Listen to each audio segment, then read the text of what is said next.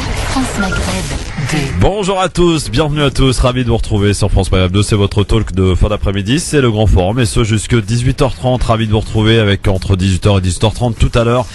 Eh bien, on écoutera un morceau de Kerry James puisque c'est ce soir qu'il entame son grand concert au Zénith de Paris qui est complet déjà depuis quelques semaines maintenant.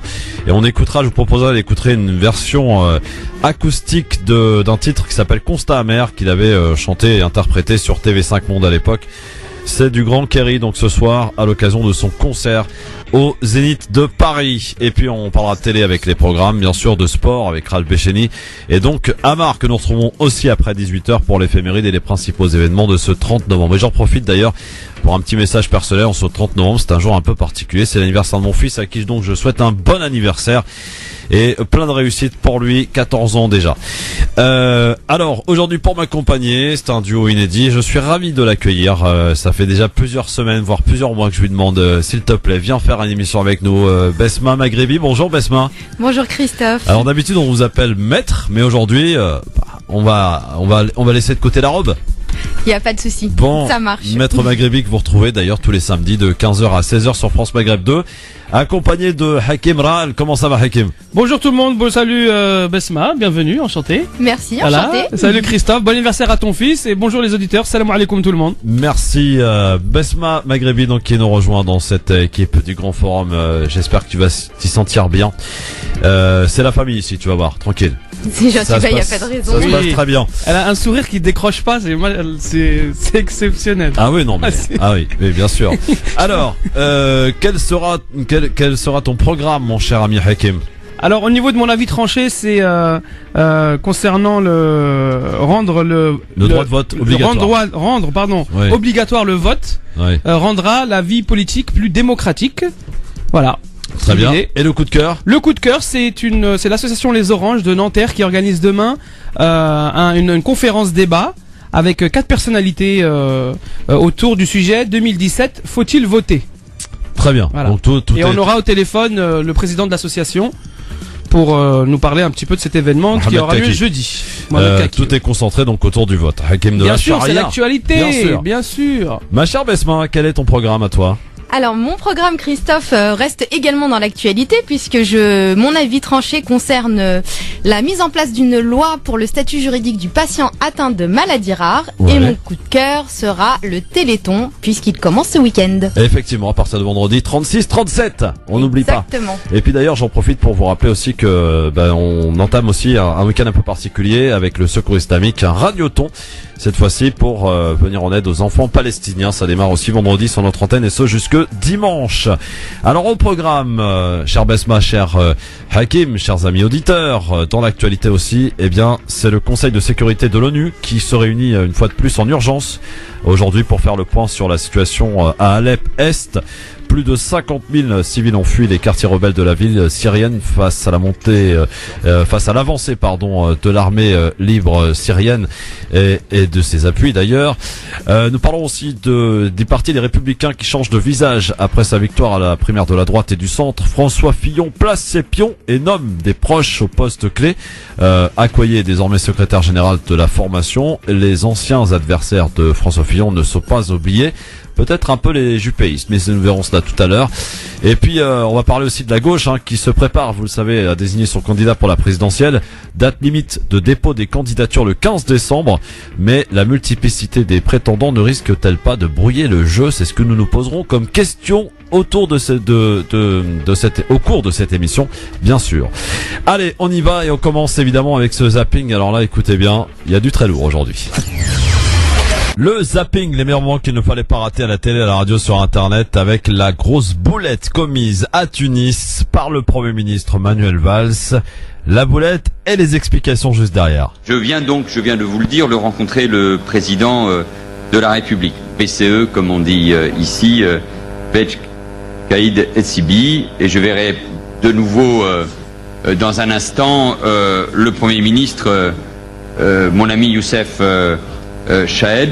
Et je voulais de tout cœur vous en remercier tout juste arrivants, ce qui me fait parfois rater un mot, notamment quand il s'agit de saluer le président de la République. J'ai bien entendu vos murmures réprobateurs. Rien ne m'échappe, mais vous inquiétez pas, je vous parlerai bientôt arabe si vous me cherchez. Ce qu'on appelle une grosse boulette, donc signé Manuel Valls.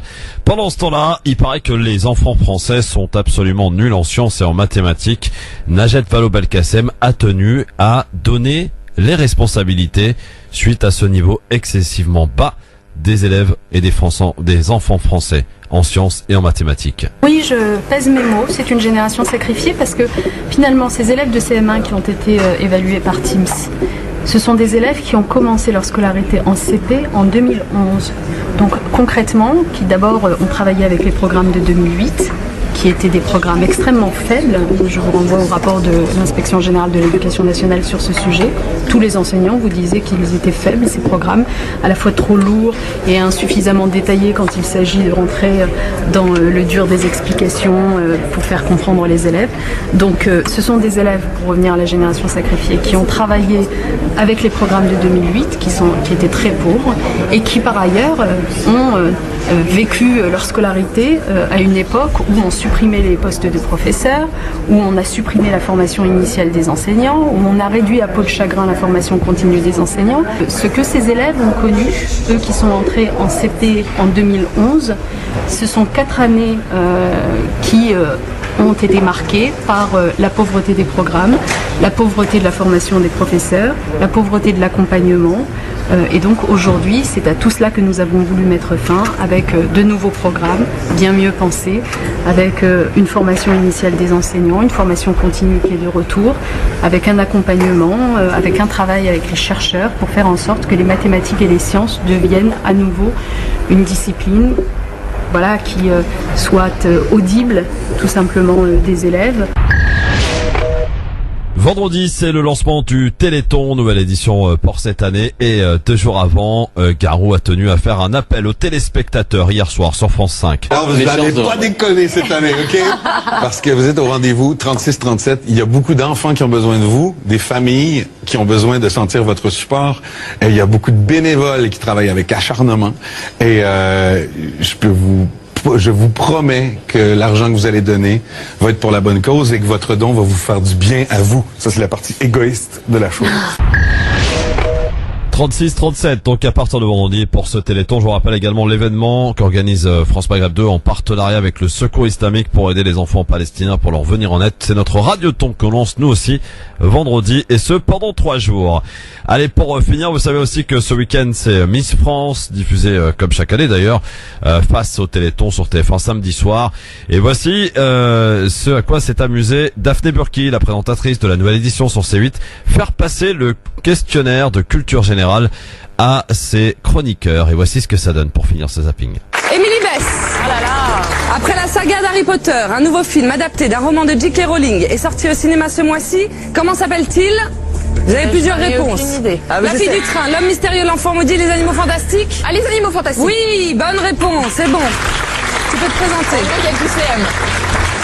Deuxième question, Nicolas Domenac, il est en panique. Ça me fait plaisir de voir Nicolas un petit peu en panique. Quelle chanteuse a remporté le César du meilleur espoir féminin en 2015? Elisa Tovati, Soko, Louane, Vanessa Paradis, attention. Louane, tu peux encore être Miss France. Mais non. Louane, oui, il a raison. Bravo. Qu'est-ce qu'elle est? Ariel, elle La couronne. Non, moi je pensais que c'était Soko. Ouais. Alors Ariel, trouvez la valeur de x dans l'équation suivante. X égale racine carrée de 36. Vous avez plusieurs réponses. 6, bravo. C'est pas possible. Et moi qui pensais que les Miss France n'avaient pas grand chose dans la tête. Mais bon. C'était le zapping. Bon. Alors, qu'est-ce qui a retenu votre attention, ma chère Besma, pour votre premier zapping? Bien évidemment, le Téléthon. Oui. L'appel de Garou. Exactement. Qui a été, je crois, le parrain, c'est l'année dernière ou il y a quelques années, enfin, voilà. Bah oui, et les parrains aussi, aussi cette année. Donc oui, son appel a retenu mon attention. Je compléterai juste ce qu'il a dit parce qu'à un moment, il fait appel à la générosité des gens en disant que voilà, le Téléthon est mis en place pour aider les enfants et les personnes malades. Mais je précise que le problème des maladies rares ne concerne pas que les enfants. Ouais. effectivement.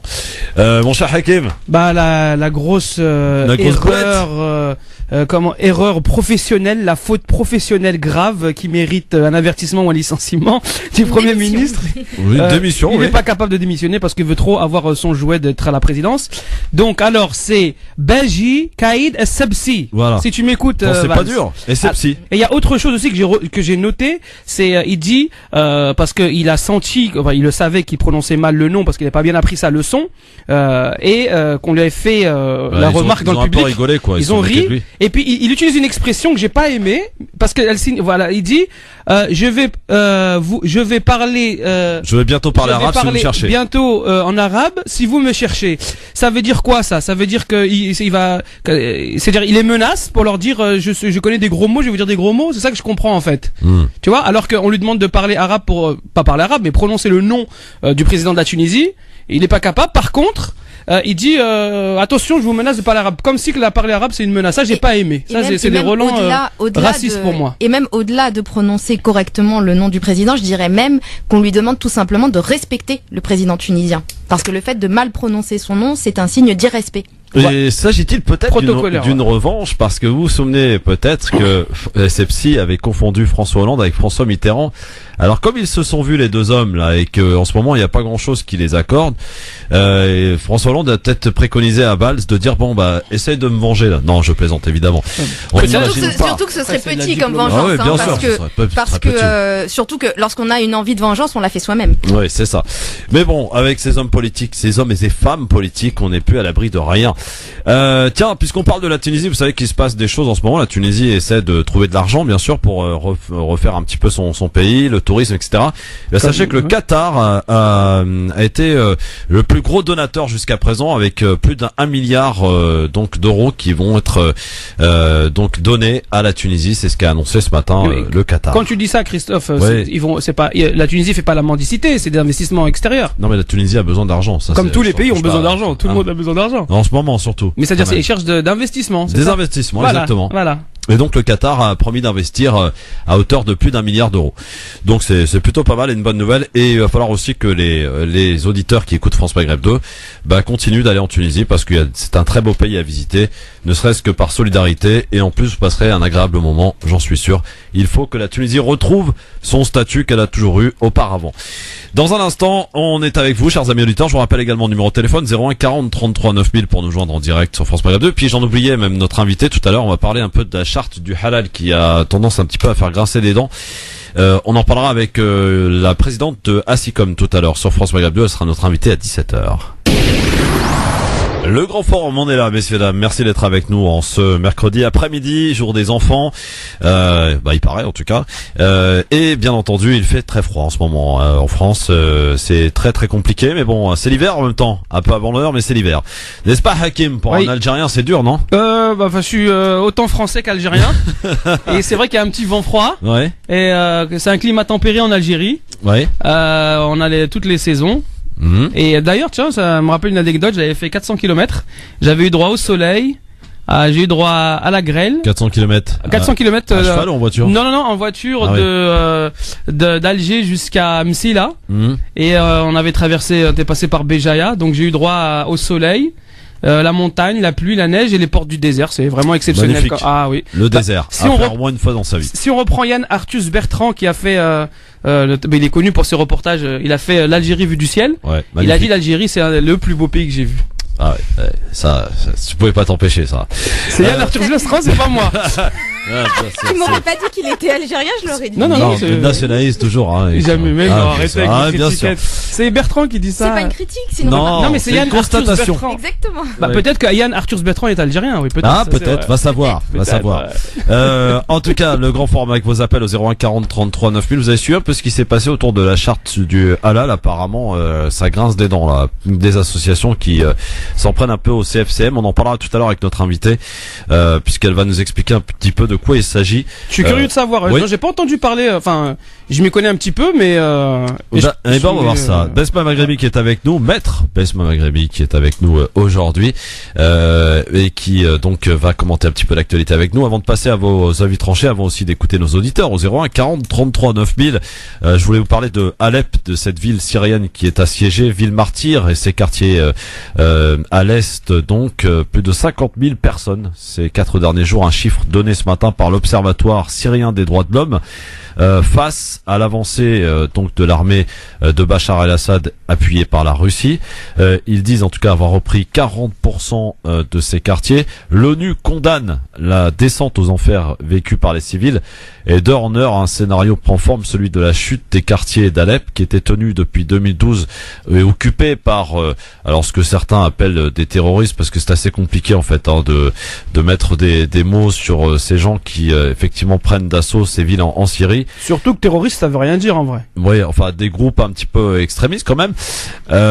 L'offensive donc en cours menée par l'armée de Bachar el-Assad et ses soutiens se traduit par l'intensification des combats au sol et des bombardements aériens aveugles, selon le numéro 1 des opérations humanitaires de l'ONU, Stephen Bryan, et qui parle d'une situation alarmante et effrayante. Les combats et notamment les tirs d'artillerie font des victimes civiles et des dizaines de milliers ont fui les quartiers rebelles assiégés qui sont donc en train de se vider. Selon les informations du quotidien français Le Monde, des négociations secrètes ont lieu en Turquie, discussions entre rebelles et émissaires russes, alliés du régime de Bachar el-Assad. Elle porterait ces discussions sur l'arrêt des combats, et permettant permettant l'aide humanitaire. Voilà, je vais y arriver. Et l'expulsion d'Alep des combattants du Front Fatah al-Sham, l'ancienne branche syrienne de Al-Qaïda, un scénario pour l'instant rejeté par les rebelles, selon l'un de leurs chefs, cité par l'agence Reuters. Alors combien de temps les insurgés donc peuvent-ils encore tenir leur bastion qui se réduit? Le vice-ministre russe des Affaires étrangères affirme ce matin qu'il espère que la situation à Alep sera réglée d'ici à la fin de l'année.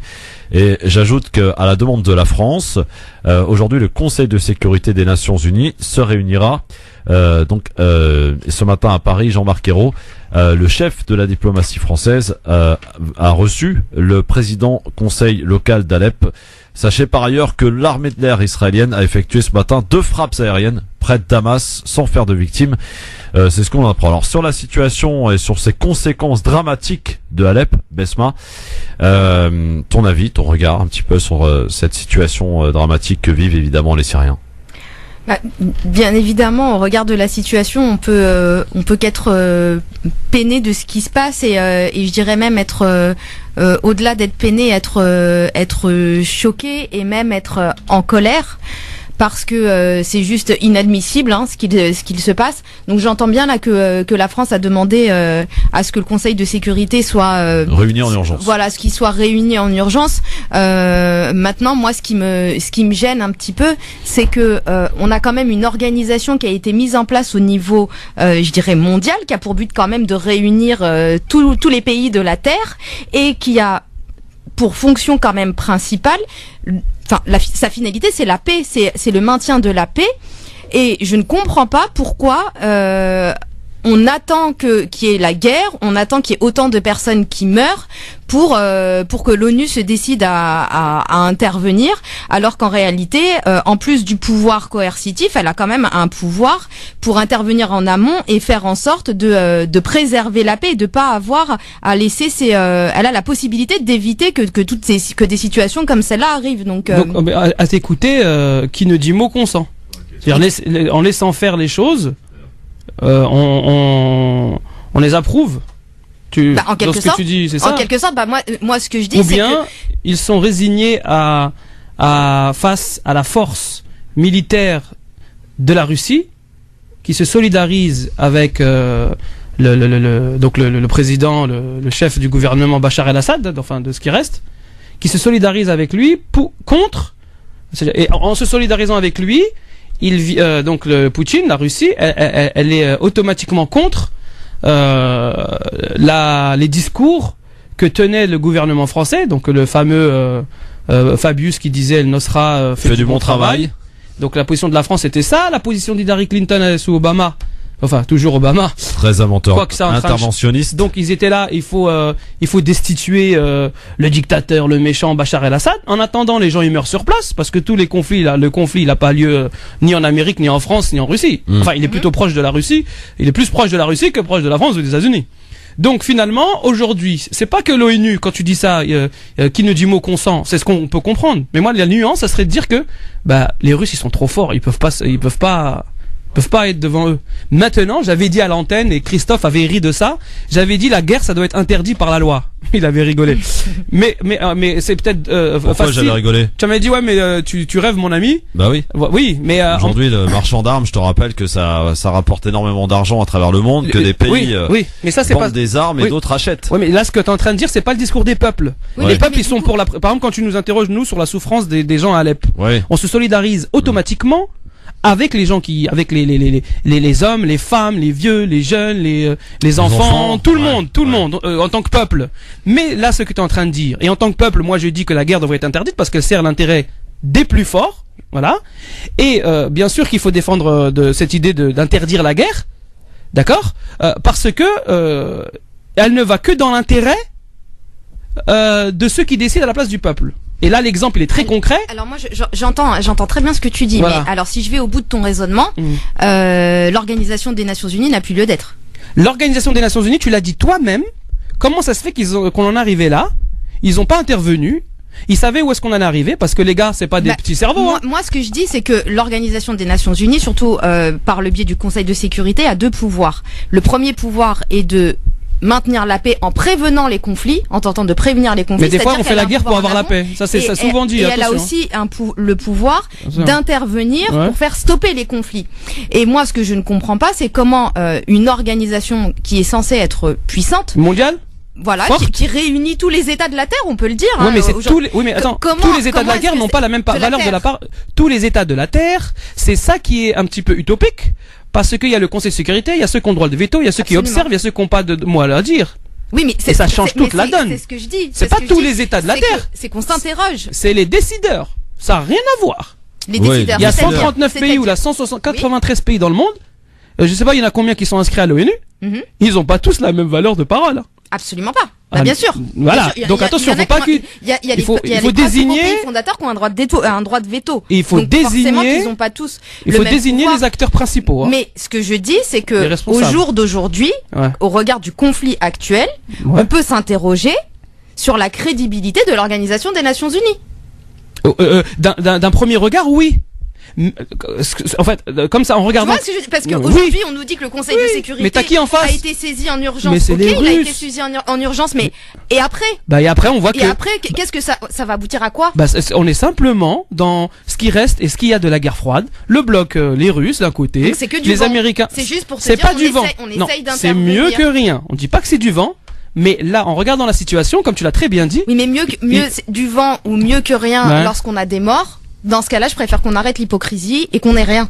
Alors sache, ma chère Besma, qu'il y a des morts qui sont moins graves que d'autres morts. Malheureusement, c'est ça qui se passe. Voilà. Un mort palestinien vaut beaucoup moins qu'un mort américain ou qu'un mort européen. Je veux pas me faire le porte-parole de Trump. C'est pour ça que je dis que moi, ma position, c'est que pour moi, le Conseil de sécurité aurait dû intervenir bien avant et qu'il devrait plus axer son action sur son pouvoir coercitif pour maintenir la paix plutôt que de faire cesser la guerre. Alors maintenant, si tu te permets d'aller en arrière, on va aller encore plus arrière et je vais reprendre les propos de Trump quand il disait que le monde était plus sûr avec Kadhafi, Saddam Hussein, et il dit qu'il faut travailler avec le vivant, avec Bachar el-Assad. Voilà, je vais aller jusque là parce que c'est bien beau de parler de la paix après avoir commencé la guerre. Mais le truc, c'est de pas la commencer. Exactement. C'est ce que je dis. Allez, on va voir du côté du standard. Qu'est-ce qui se passe avec Abdel au 01 40 33 9000. Salut Abdel, bonsoir, bienvenue. Salut à tous. Moi, je voudrais intervenir, Christophe, parce que souvent on évoque dans ta radio les conflits qu'il y a dans le monde. C'est pas ma radio, Abdel, hein. Souvent, la radio de Christophe. Qui ont été provoqués par les Occidentaux Je suis d'accord à 100% pour des intérêts différents. Je suis d'accord, comme hier ça a été évoqué. Mais on oublie souvent de dire que ces déstabilisations de ces pays-là ne peut être fait que par la traîtrise quand même, qui est un phénomène très répandu chez nous les Arabes, dans les pays arabes. Parce qu'on ne peut pas, les portes sont quand même ouvertes. Je vais vous donner quelques exemples. Il faut savoir une chose, que Saddam Hussein a été déstabilisé. Il faut savoir qu'en amont, ces généraux ont touché des mallettes de dollars pour pas exécuter les ordres. Et Maliki, c'est un Irakien aujourd'hui, et Maliki, il est aux États-Unis, il compte ses dollars. Et Maliki s'est pas dit, je suis irakien, je m'en fous de ce qui s'est passé, je vais pas faire ça à mon pays. Aujourd'hui, les premiers qui ont attaqué Assad, il faut dire la vérité, malgré leurs différences de religion ou de tribu, ce sont des Arabes. Donc la traîtrise, on n'en parle jamais chez nous. Elle est très répandue et très facile. Alors attends, bouge pas là-dessus. Abdel, bouge pas 2 secondes. Hein, on se calme, tranquille. Non, mais Hakim avait l'air de soupirer en t'écoutant. Bien sûr. J'ai voulu terminer un tout petit peu. Ouais, non, mais tu vas pouvoir le faire. Ne t'inquiète pas, vas-y. Donc, alors, ça c'est des trucs caricaturaux. La traîtrise. Non, pas du tout. C'est la traîtrise des Arabes. Donc ça veut dire accuser, mettre une étiquette sur les Arabes qui sont traites de nature. Alors ça c'est du racisme pour moi. C'est du grand n'importe quoi. Non, je veux pas savoir ce que vous êtes. Et puis c'est pas un problème. Vous avez le droit de vous exprimer. Je suis en train de vous répondre. Tranquille. Non, ça veut rien dire. Non. C'est pas parce que non, vous pouvez ne pas être raciste, mais répéter des propos qui nourrissent le racisme sans pourtant le vouloir. Les propos d'Abdel, mon cher Hakim, qui fait référence, et il a bien raison d'ailleurs, parce que si on reprend un petit peu l'historique de ce qui s'est passé en Syrie en 2011. Là, il a parlé de l'Irak, hein. Oui, non, mais d'accord. On parle de la Syrie, de l'Irak. Donc on parle pas des chiites Maliki, mais qui a été placé par les Américains. En Syrie, pour parler d'un sujet qui est donc le plus récent, on va dire, ces fameuses manifestations de gens qui étaient effectivement sortis dans les rues pour manifester contre Bachar el-Assad. Tout le monde le sait et est au courant. Cette manifestation a été ensuite armée. Armée par qui? Alors on le sait aujourd'hui, les rapports le prouvent, le disent, c'est principalement ceux qui ont perdu le marché, en l'occurrence du gaz, donc qui devait passer par le Qatar, la Turquie, par justement ces pays du Golfe qui ont armé cette manifestation en Syrie et qui ont permis après de commencer ce bain de sang. Alors t'as oublié un épisode, Christophe? Peut-être. Parce que avant de faire une manifestation, il y a des explications. Je sors pas, je me réveille le matin, je vais manifester contre Bachar el-Assad. J'aurais bien voulu continuer parce que mon temps est limité. Vas-y Abdel. Je vais te donner une preuve. Il y a pas longtemps, dans cette radio, on a évoqué le problème palestinien. Oui. Les Palestiniens, avec la complicité d'Israël, vont déloger des Palestiniens pour construire une usine de ciment. Oui. Maintenant, je te parie, ce que tu veux, le contraire est impensable. Le contraire est impensable. Ce n'est faisable que chez les Arabes, les dirigeants arabes. Imagine les Palestiniens déloger des Israéliens avec la complicité d'Israël en Israël. Jamais. Ça peut se faire que chez les dirigeants arabes. Les dirigeants de Saddam Hussein ont pris des mallettes de dollars avant la guerre, avant que les Américains arrivent. Ils n'ont pas exécuté les ordres. Tu prends un général français, tu lui donnes 10 millions d'euros, tu lui dis détourne Hollande, il te met les monotes. Tu vas voir un dirigeant arabe, tu lui dis je te donne 10 millions d'euros, il dit je veux pas 10 millions d'euros, tu m'en donnes que 2, je le fais. C'est ton point de vue, Abdel. Voilà, qui n'est pas forcément partagé par tous, mais c'est ton point de vue. Alors déjà, au moins, il s'est rectifié à Abdel. En disant cette fois-ci pas les Arabes mais les dirigeants arabes. Donc il a modifié. Donc il y a une petite nuance qui est importante, mais quand même quand il prend le comparatif avec un général français, il y a des généraux américains qui dénoncent le gouvernement américain. Maintenant, c'est trop facile et trop réducteur. Il a pris la Palestine, il a parlé d'Irak, de Syrie. Attends les amis, on oublie qu'il y a un équilibre des forces dans la planète. Il y a un gendarme du monde. On vient de dire juste à l'instant que les Russes ils sont capables d'intervenir face à l'ONU et personne ne peut parler contre les Russes. Donc il y a bien des intérêts et il y a des gens qui sont derrière. Voilà, donc faut arrêter de mélanger, d'accuser toujours les Arabes. C'est un discours qui me sort par le nez. Ça. Alors moi, si je peux juste me permettre une petite précision. Vas-y. Les Arabes sont les habitants de la région méridionale de l'Arabie. Oui, merci. Mais après, il y a le monde arabe, Basma. Oui, et là, ils font référence au monde arabe. Oui. Les berbères, Mais- ça rentre, tout ça. Voilà, mais quand on dit arabe, je pense qu'il faut qu'il précise un petit peu. Oui, parce que oui, mais le problème c'est qu'on parle de monde arabe, il y a 22 pays. Il y a 22 pays dont ça va du Maroc. Oui, mais là j'ai tout pas pays du Golfe. entendu le monde arabe. Ah j'ai non, entendu mais les là, arabes. là c'était, oui. C'est pour ça que oui. je me permettais d'apporter Là, cette précision. merci Basma. Ouais. Alors, on va continuer avec les auditeurs au 01 40 33 9000 et Ali qui est avec nous. Bonsoir Ali. Oui, bonsoir Christophe, bonsoir aux invités. Bonsoir monsieur. Bonsoir Ali. Je voulais intervenir sur le sujet là et donner tout à fait raison à Abdel. Et je vais m'expliquer. C'est-à-dire, pour être réaliste, il faut regarder sur le terrain. Qu'est-ce qui se passe sur le terrain? Quelles sont les alliances? Donc les Arabes du Golfe, dont la Turquie, ils sont alliés avec qui contre la Syrie? Alors que la Syrie était un pays calme, en paix, en 2010. Il y a qu'à entendre M. Roland Dumas, ex-ministre des Affaires étrangères, qui parlait de complot, de futur coup d'État en Syrie préparé en Angleterre, par les Anglais et d'autres. Ah bah ils sont pas arabes les Anglais. Non, mais je parle avec les Arabes, qui sont les Saoudiens, les Wahhabites, dont la milice wahhabite, la secte wahhabite, qui est Daesh al-Nusra. Elle détruit qui? Elle détruit la Syrie, les peuples syriens. Alors côté en Palestine, Israël fait ce qu'elle veut.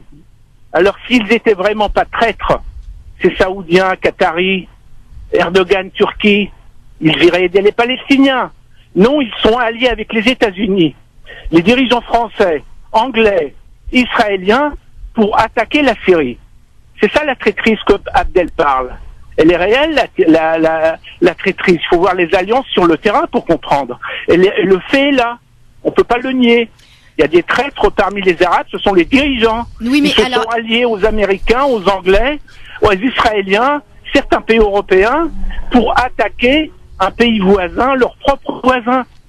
Oui, mais alors, excusez-moi, l'auditeur précédent disait, il parlait les Arabes sont des traîtres, les Arabes ceci, les Arabes cela. Je pense pas qu'il a voulu généraliser, c'est dans ce sens qu'il a voulu parler. Si j'ai juste une question dans ce cas-là à poser. Moi, ma question serait plutôt, est-ce que ça concerne, ce problème-là concerne vraiment les Arabes, ou est-ce que c'est plutôt un problème qui a un caractère politique, où la personne ou les personnes qui vont être au sommet d'un pays vont avoir des intérêts stratégiques qui vont être propres à chaque État et qui vont conduire ces personnes-là à avoir une attitude et à s'allier aux États-Unis ou autres, parce que ça aura plus un intérêt stratégique plus que l'origine qu'ils ont d'être arabes.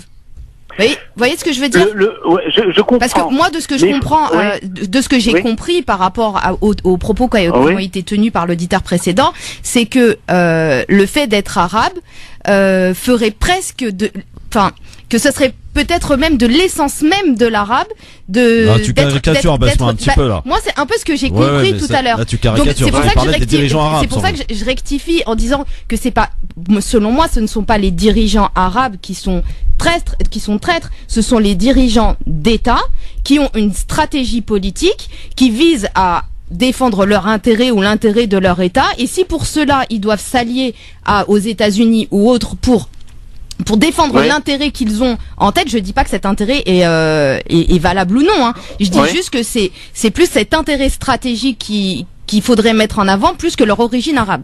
Alors, je vais aller directement au but. Est-ce que c'est un intérêt stratégique de détruire le Moyen-Orient alors que c'est des pays arabes qui sont concernés dans la région? De faire rentrer des puissances étrangères pour détruire le Moyen-Orient ensemble. Alors, où est l'intérêt stratégique arabe là-dedans? Alors, si je peux me permettre, donc les questions, elle est très bonne. Merci Basma pour ta mise au clair. Donc ça veut dire que il faudrait revenir en mai 1916 pour dire à Monsieur Sachs et à Monsieur Picot, non, laissez les Arabes, parce que moi j'étais pas là, laissez les gens Christophe non plus, laissez-les décider, s'il vous plaît, vous, les colons, rentrez en Angleterre, vous rentrez en France, et laissez les gens, mais faut arrêter d'être naïf, les amis, là. Il y a la recherche. Non, mais j'en ai bien écouté, juste je suis en train de répondre, s'il vous plaît.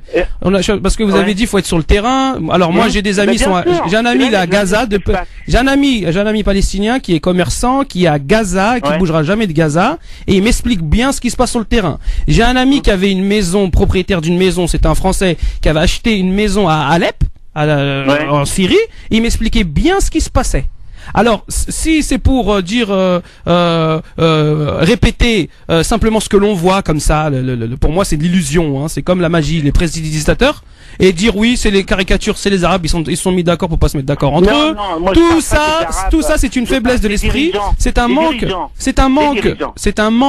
de lucidité et c'est un peu parler sous le coup de l'émotion et c'est répéter la bien-pensance actuelle. Oui, il y a des intérêts économiques. Oui, il y a la recherche de la matière première. Oui, il y a les Russes d'un côté avec leur puissance militaire nucléaire historique. Et oui, il y a les États-Unis de l'autre côté. Et il y a aussi le vieux continent. Il y a aussi la France qui essaye de faire son rôle, mais elle a changé son rôle. La France, moi je reprends toujours De Gaulle à l'antenne, elle disait les États-Unis ne veulent pas d'alliés, ils veulent des marionnettes. Voilà ce que disait le général De Gaulle. Sarkozy il est arrivé, il a mis la France sous le commandant, il a rentré le commandement de l'OTAN. Ouais. Mais tout change les amis. La France est aujourd'hui, bon, on a des discours de droite comme je le dis encore à l'antenne, le cher ex-ministre Dominique de Villepin, qui lui défend un discours de diplomatie que la France a toujours eu et que doit avoir dans les pays avec lesquels elle avait un certain, historiquement, elle avait des certains rapports.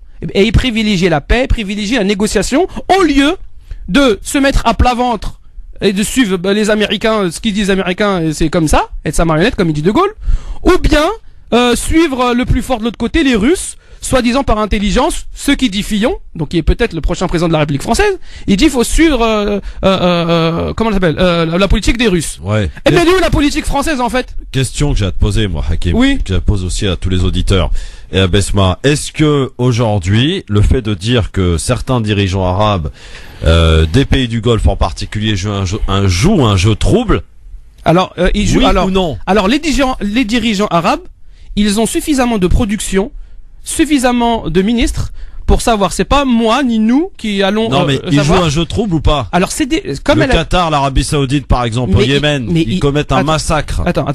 Alors le Qatar, un tout petit pays là, donc ça veut 3 fois, ça veut rien dire. D'accord, c'est tout petit. C'est plus de, il a pas un poids autre que le poids de stratégique et à quoi il peut servir. Bon. C'est pas le Qatar qui est parti taper à la porte des États-Unis, dit hey, venez m'aider, j'ai un plan, écoutez-moi, voilà ce qu'on va faire. Pub, on est de retour très vite avec l'avis tranché, les avis tranchés de Besma et de Hakim, et puis notre invité aussi à suivre, et puis on continue les discussions. Tiens, on va parler du procès de la chemise là, d'Air France aussi. J'aimerais bien avoir ton avis là-dessus, Besma. À tout de suite. Merci d'être avec nous sur France Maghreb 2 dans le grand forum. Oui, j'aime bien titiller Hakim là parce que là, ah bah oui. Attends, il défend nos amis saoudiens. Mais n'importe quoi. Les dirigeants saoudiens. Mais n'importe quoi. Mais qu'est-ce qu'il me raconte? Tu sais que le wahhabisme quand même a fait beaucoup de mal à l'Algérie. Alors moi j'ai cité De Gaulle, j'ai cité Trump, j'ai cité Fabius, j'ai cité De Villepin et là tu me parles des Saoudiens. Mais qu'est-ce qu'on a à faire? Ils sont sur les Champs-Élysées en train de s'éclater. Oui, ça c'est vrai. Qu'est-ce que tu me racontes là? Ils s'éclatent, oui, ça c'est vrai. Ils s'éclatent beaucoup. Vous voulez mettre des étiquettes pour rien du tout. Tu sais que je t'apprends rien, je vous apprends rien que tout ce qui est niqab, voile, etc. c'est très mal vu, interdit en France. Pourtant, quand les Saoudiens viennent faire des courses, sont dans les grands magasins de luxe, ça dérange pas grand monde, hein. Ah bah ils ferment le magasin au public. Voilà, c'est privatisé. C'est privatisé. Ouais, c'est extraordinaire. Après, oui, qu'est-ce qu'il y a? C'est pas que ça dérangerait pas grand monde, c'est juste que ça dérange personne. Voilà, c'est ça. Quand il y a des gros sous derrière, c'est l'argent. Les gens on en revient à l'intérêt économique. Voilà, toujours encore. Allez, on va passer à notre invité si vous le voulez bien maintenant, avant de passer à vos avis tranchés, avant de continuer, avant de parler du procès de la chemise d'Air France, parce que le verdict est tombé ce matin. France Maghreb 2, l'invité de la rédaction. Et je vous propose, Besma, Hakim, chers amis auditeurs, d'accueillir notre invité en la personne de Hanan Rezgui, qui est la présidente de Hassitcom. Bonjour Hanan. Oui, bonjour, assalamu alaikum. Bienvenue à vous sur France Maghreb 2. Alors on vous a invité pour avoir un petit peu une lumière sur ce qui se passe autour de la fameuse charte du halal. Est-ce que vous pouvez nous donner un petit peu l'historique de l'histoire et ce pourquoi aujourd'hui vous en prenez un petit peu au CFCM? En fait, c'est pas exactement ça. On ne prend pas au CFCM. Dites que je raconte n'importe quoi, Hanan, allez-y. Oui, allô? Oui, je vous en prie, allez-y, racontez-nous. Oui. Donc nous, les associations de consommateurs, nous avons participé à des travaux pour mettre en place cette charte de halal depuis avril 2015. Donc les travaux, ils se sont soldés par l'adoption de référentiels religieux. c'est un référentiel religieux commun pour le halal pour les musulmans en France. Donc en tant qu'association de consommateurs, on s'attendait à ce que ce référentiel soit rapidement adopté et reconnu surtout par les pouvoirs publics. C'est pas pour rien que nous avons travaillé avec le CFCM. Et en fait, à notre surprise, là, ça fait depuis 9 mois qu'on attend une annonce, au moins une reconnaissance ou une avancée sur le terrain pour les droits des consommateurs musulmans sur la question du halal, mais il n'y a rien qui se passe. Mais, donc nous, en tant qu'association, nous avons relancé le CFCM sur ce sujet. Donc le CFCM, de son côté, la réponse était c'est pas le moment, hein, et il dit que ce n'est pas le moment pour aborder ce problème. Mais puis nous, ça nous convient pas parce que on comprend pas, c'est des questions culturelles, donc pourquoi les remettre à plus tard, et surtout que en attendant sur le marché halal, c'est tout et n'importe quoi. Anan, quand je dis vous en prenez un petit peu au CFCM, un petit peu quand même, puisque vous demandez au CFCM justement de faire respecter les choses. Oui, on demande au CFCM de prendre ses responsabilités sur cette question, bien sûr. Ah donc, voilà, et c'est bien ce que je voulais dire, pour entrer en matière dans ce sujet. Alors, exactement que comporte cette fameuse charte sur le halal, et pour expliquer de manière assez simple aux auditeurs, de quoi il s'agit? Ouais, justement, notre désaccord avec le CFCM, c'était de rendre publique cette charte. Nous, on voulait annoncer cette charte aux musulmans. On attendait que le CFCM l'annonce depuis le mois de mars.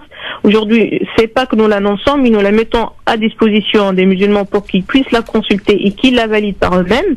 Parce que. Mais que comporte cette charte, Anan? Répondez à la question. Que comporte cette charte? La charte, elle est en ligne. Elle est sur le site internet de Acidcom. Donc, cette charte-là définit le halal. C'est le référentiel religieux du halal. C'est quoi alors? Définit l'abattage rituel musulman. D'accord. Définit les aspects du bien-être animal.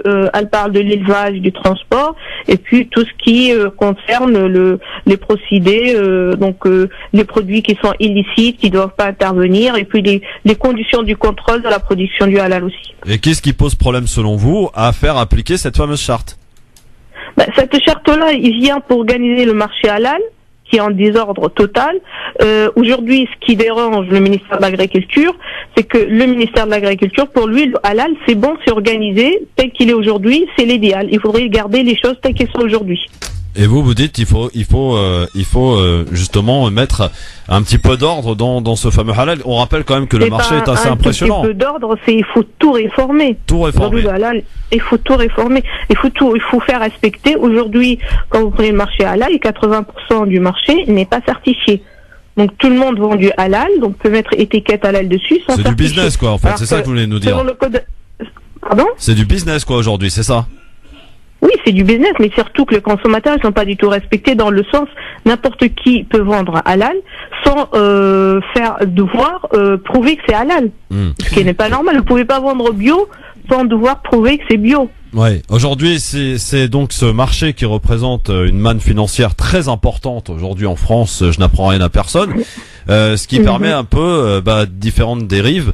C'est ce que vous nous expliquez. Et pour essayer de remettre de tout remettre à plat, vous avez donc en tête de faire respecter cette fameuse charte. Question peut-être de Besma ou Hakim sur ce sujet. Oui, Anan, salam alaikum, bienvenue. Donc, merci pour votre travail. J'ai connu votre travail il y a quelques années déjà. Je crois que c'était pendant il y avait un Grenelle qui était organisé sous Sarkozy où vous aviez présenté une étude face à une autre étude de la Fondation Brigitte Bardot.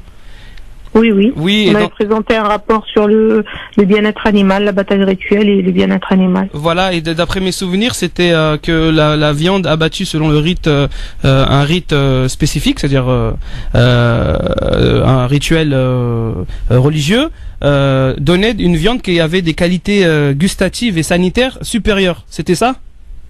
En fait, oui, l'étude c'était plus sur les méthodes d'abattage et le bien-être animal, que, en fait, de point de vue sanitaire, donc l'abattage rituel permettait d'avoir une viande plus saine parce qu'elle est plus vidée de son sang, et puis de point de vue bien-être animal, quand l'abattage rituel est bien fait, c'est le meilleur la viande, elle a un autre goût. Je crois que vous disiez ça, non? Il n'y a pas une référence à ça?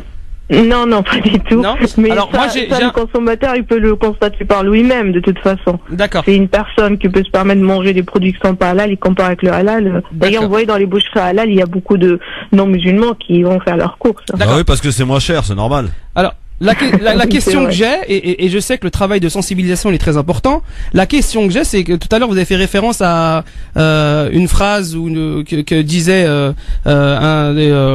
c'est-à-dire le pouvoir public en disant que le halal est très bien organisé, tout va bien. Et vous disiez non, pas du tout, c'est le fouillis total, 80% n'est pas certifié. Alors, moi, la question que j'ai, c'est le consommateur, quand il va faire ses courses, il voit écrit halal. Qu'est-ce qui va l'empêcher d'acheter? C'est écrit halal. Comment vous allez arriver à imposer... Il y a un travail d'éducation à faire. Donc il faut savoir qu'aujourd'hui, il n'est pas possible d'obtenir un produit français, surtout les produits français qui est authentiquement halal. Il n'est pas possible. Aujourd'hui, le consommateur... Attendez, ça veut dire que toute viande d'origine française n'est pas halal? Non. Authentiquement, prouver qu'elle est halal, il est impossible. Il peut y en avoir, mais pour prouver que c'est halal, c'est quasiment impossible. Comment ça? Attendez. Moi, j'ai des amis qui travaillent dans la profession. J'ai une question. Est-ce que la charte propose un processus de production et de commercialisation qui permettrait d'obtenir une certification?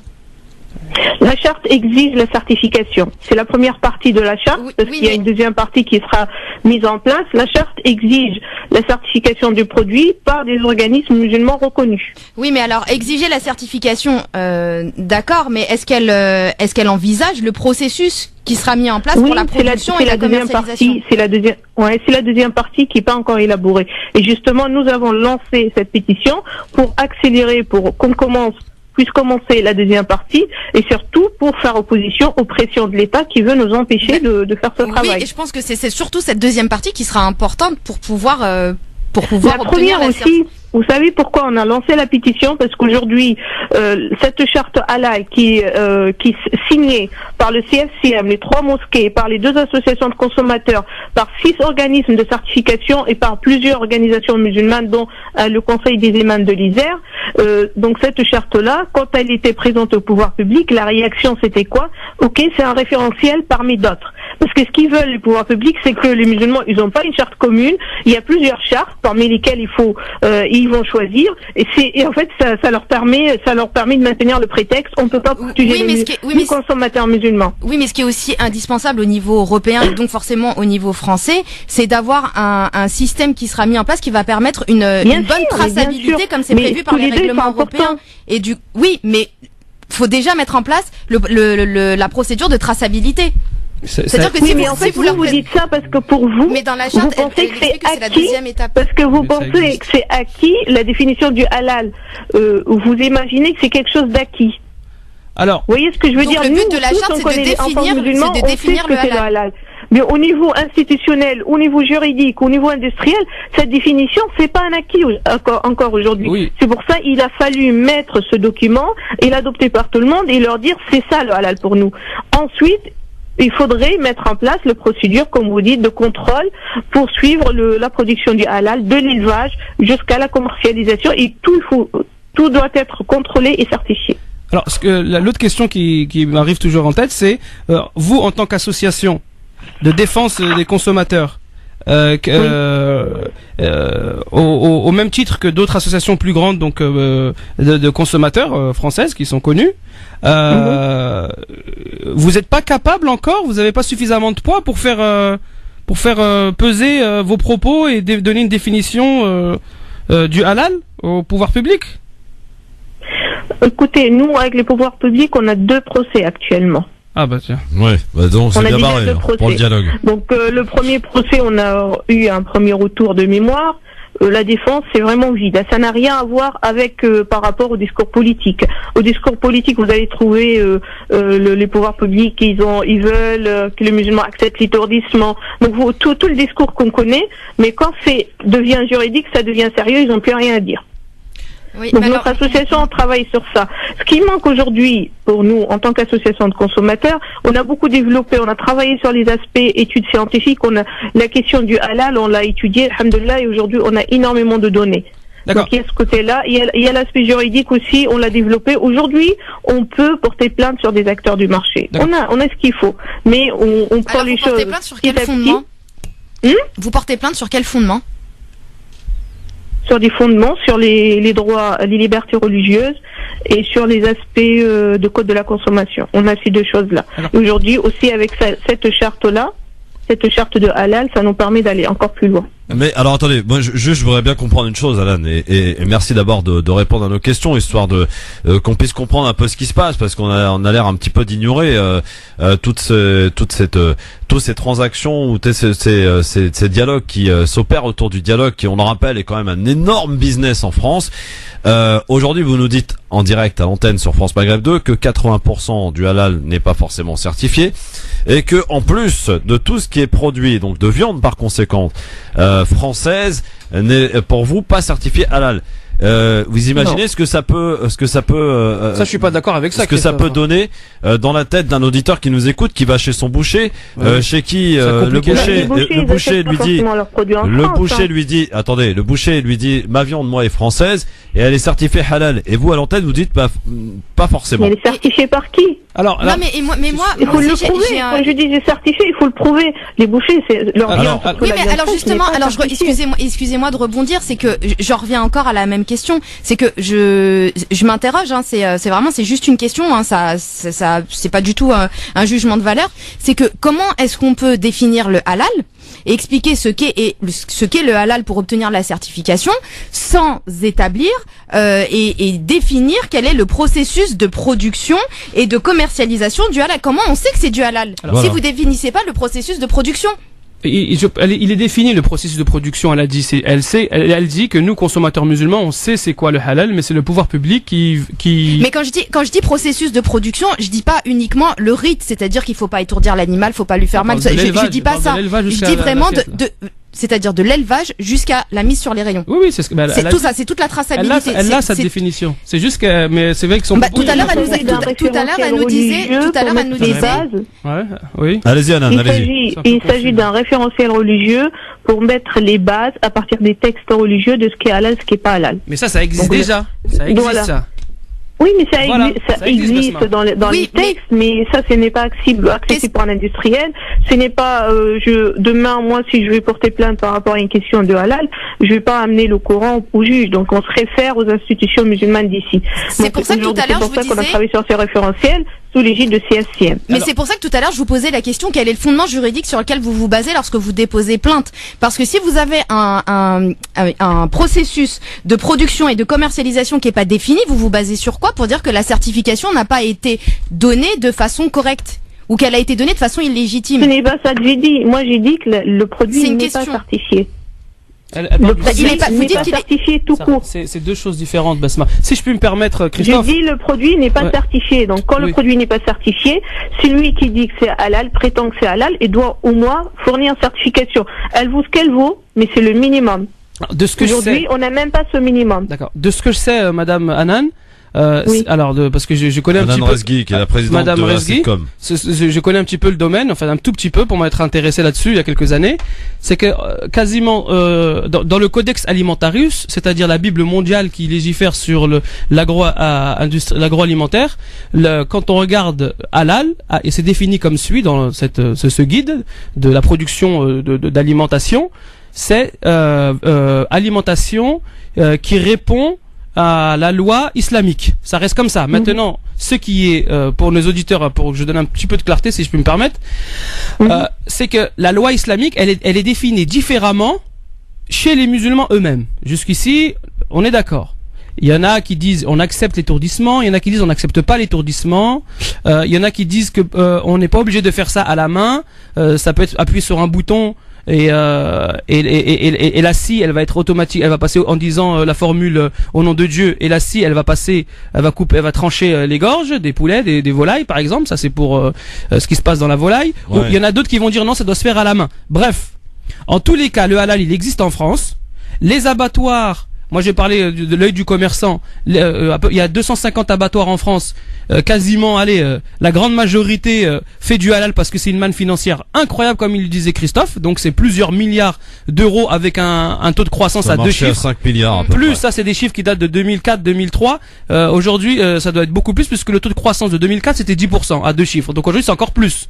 Maintenant la question c'est que oui, il existe du halal en France, encore heureux, dans les abattoirs. Là, le problème de la certification, c'est-à-dire un organisme indépendant à la fois de l'État et du business, c'est-à-dire qu'il ne soit pas l'abattoir ni une entreprise, qui posent un cahier des charges avec des contrôleurs qui viennent voir avec leurs yeux. Ils interviennent.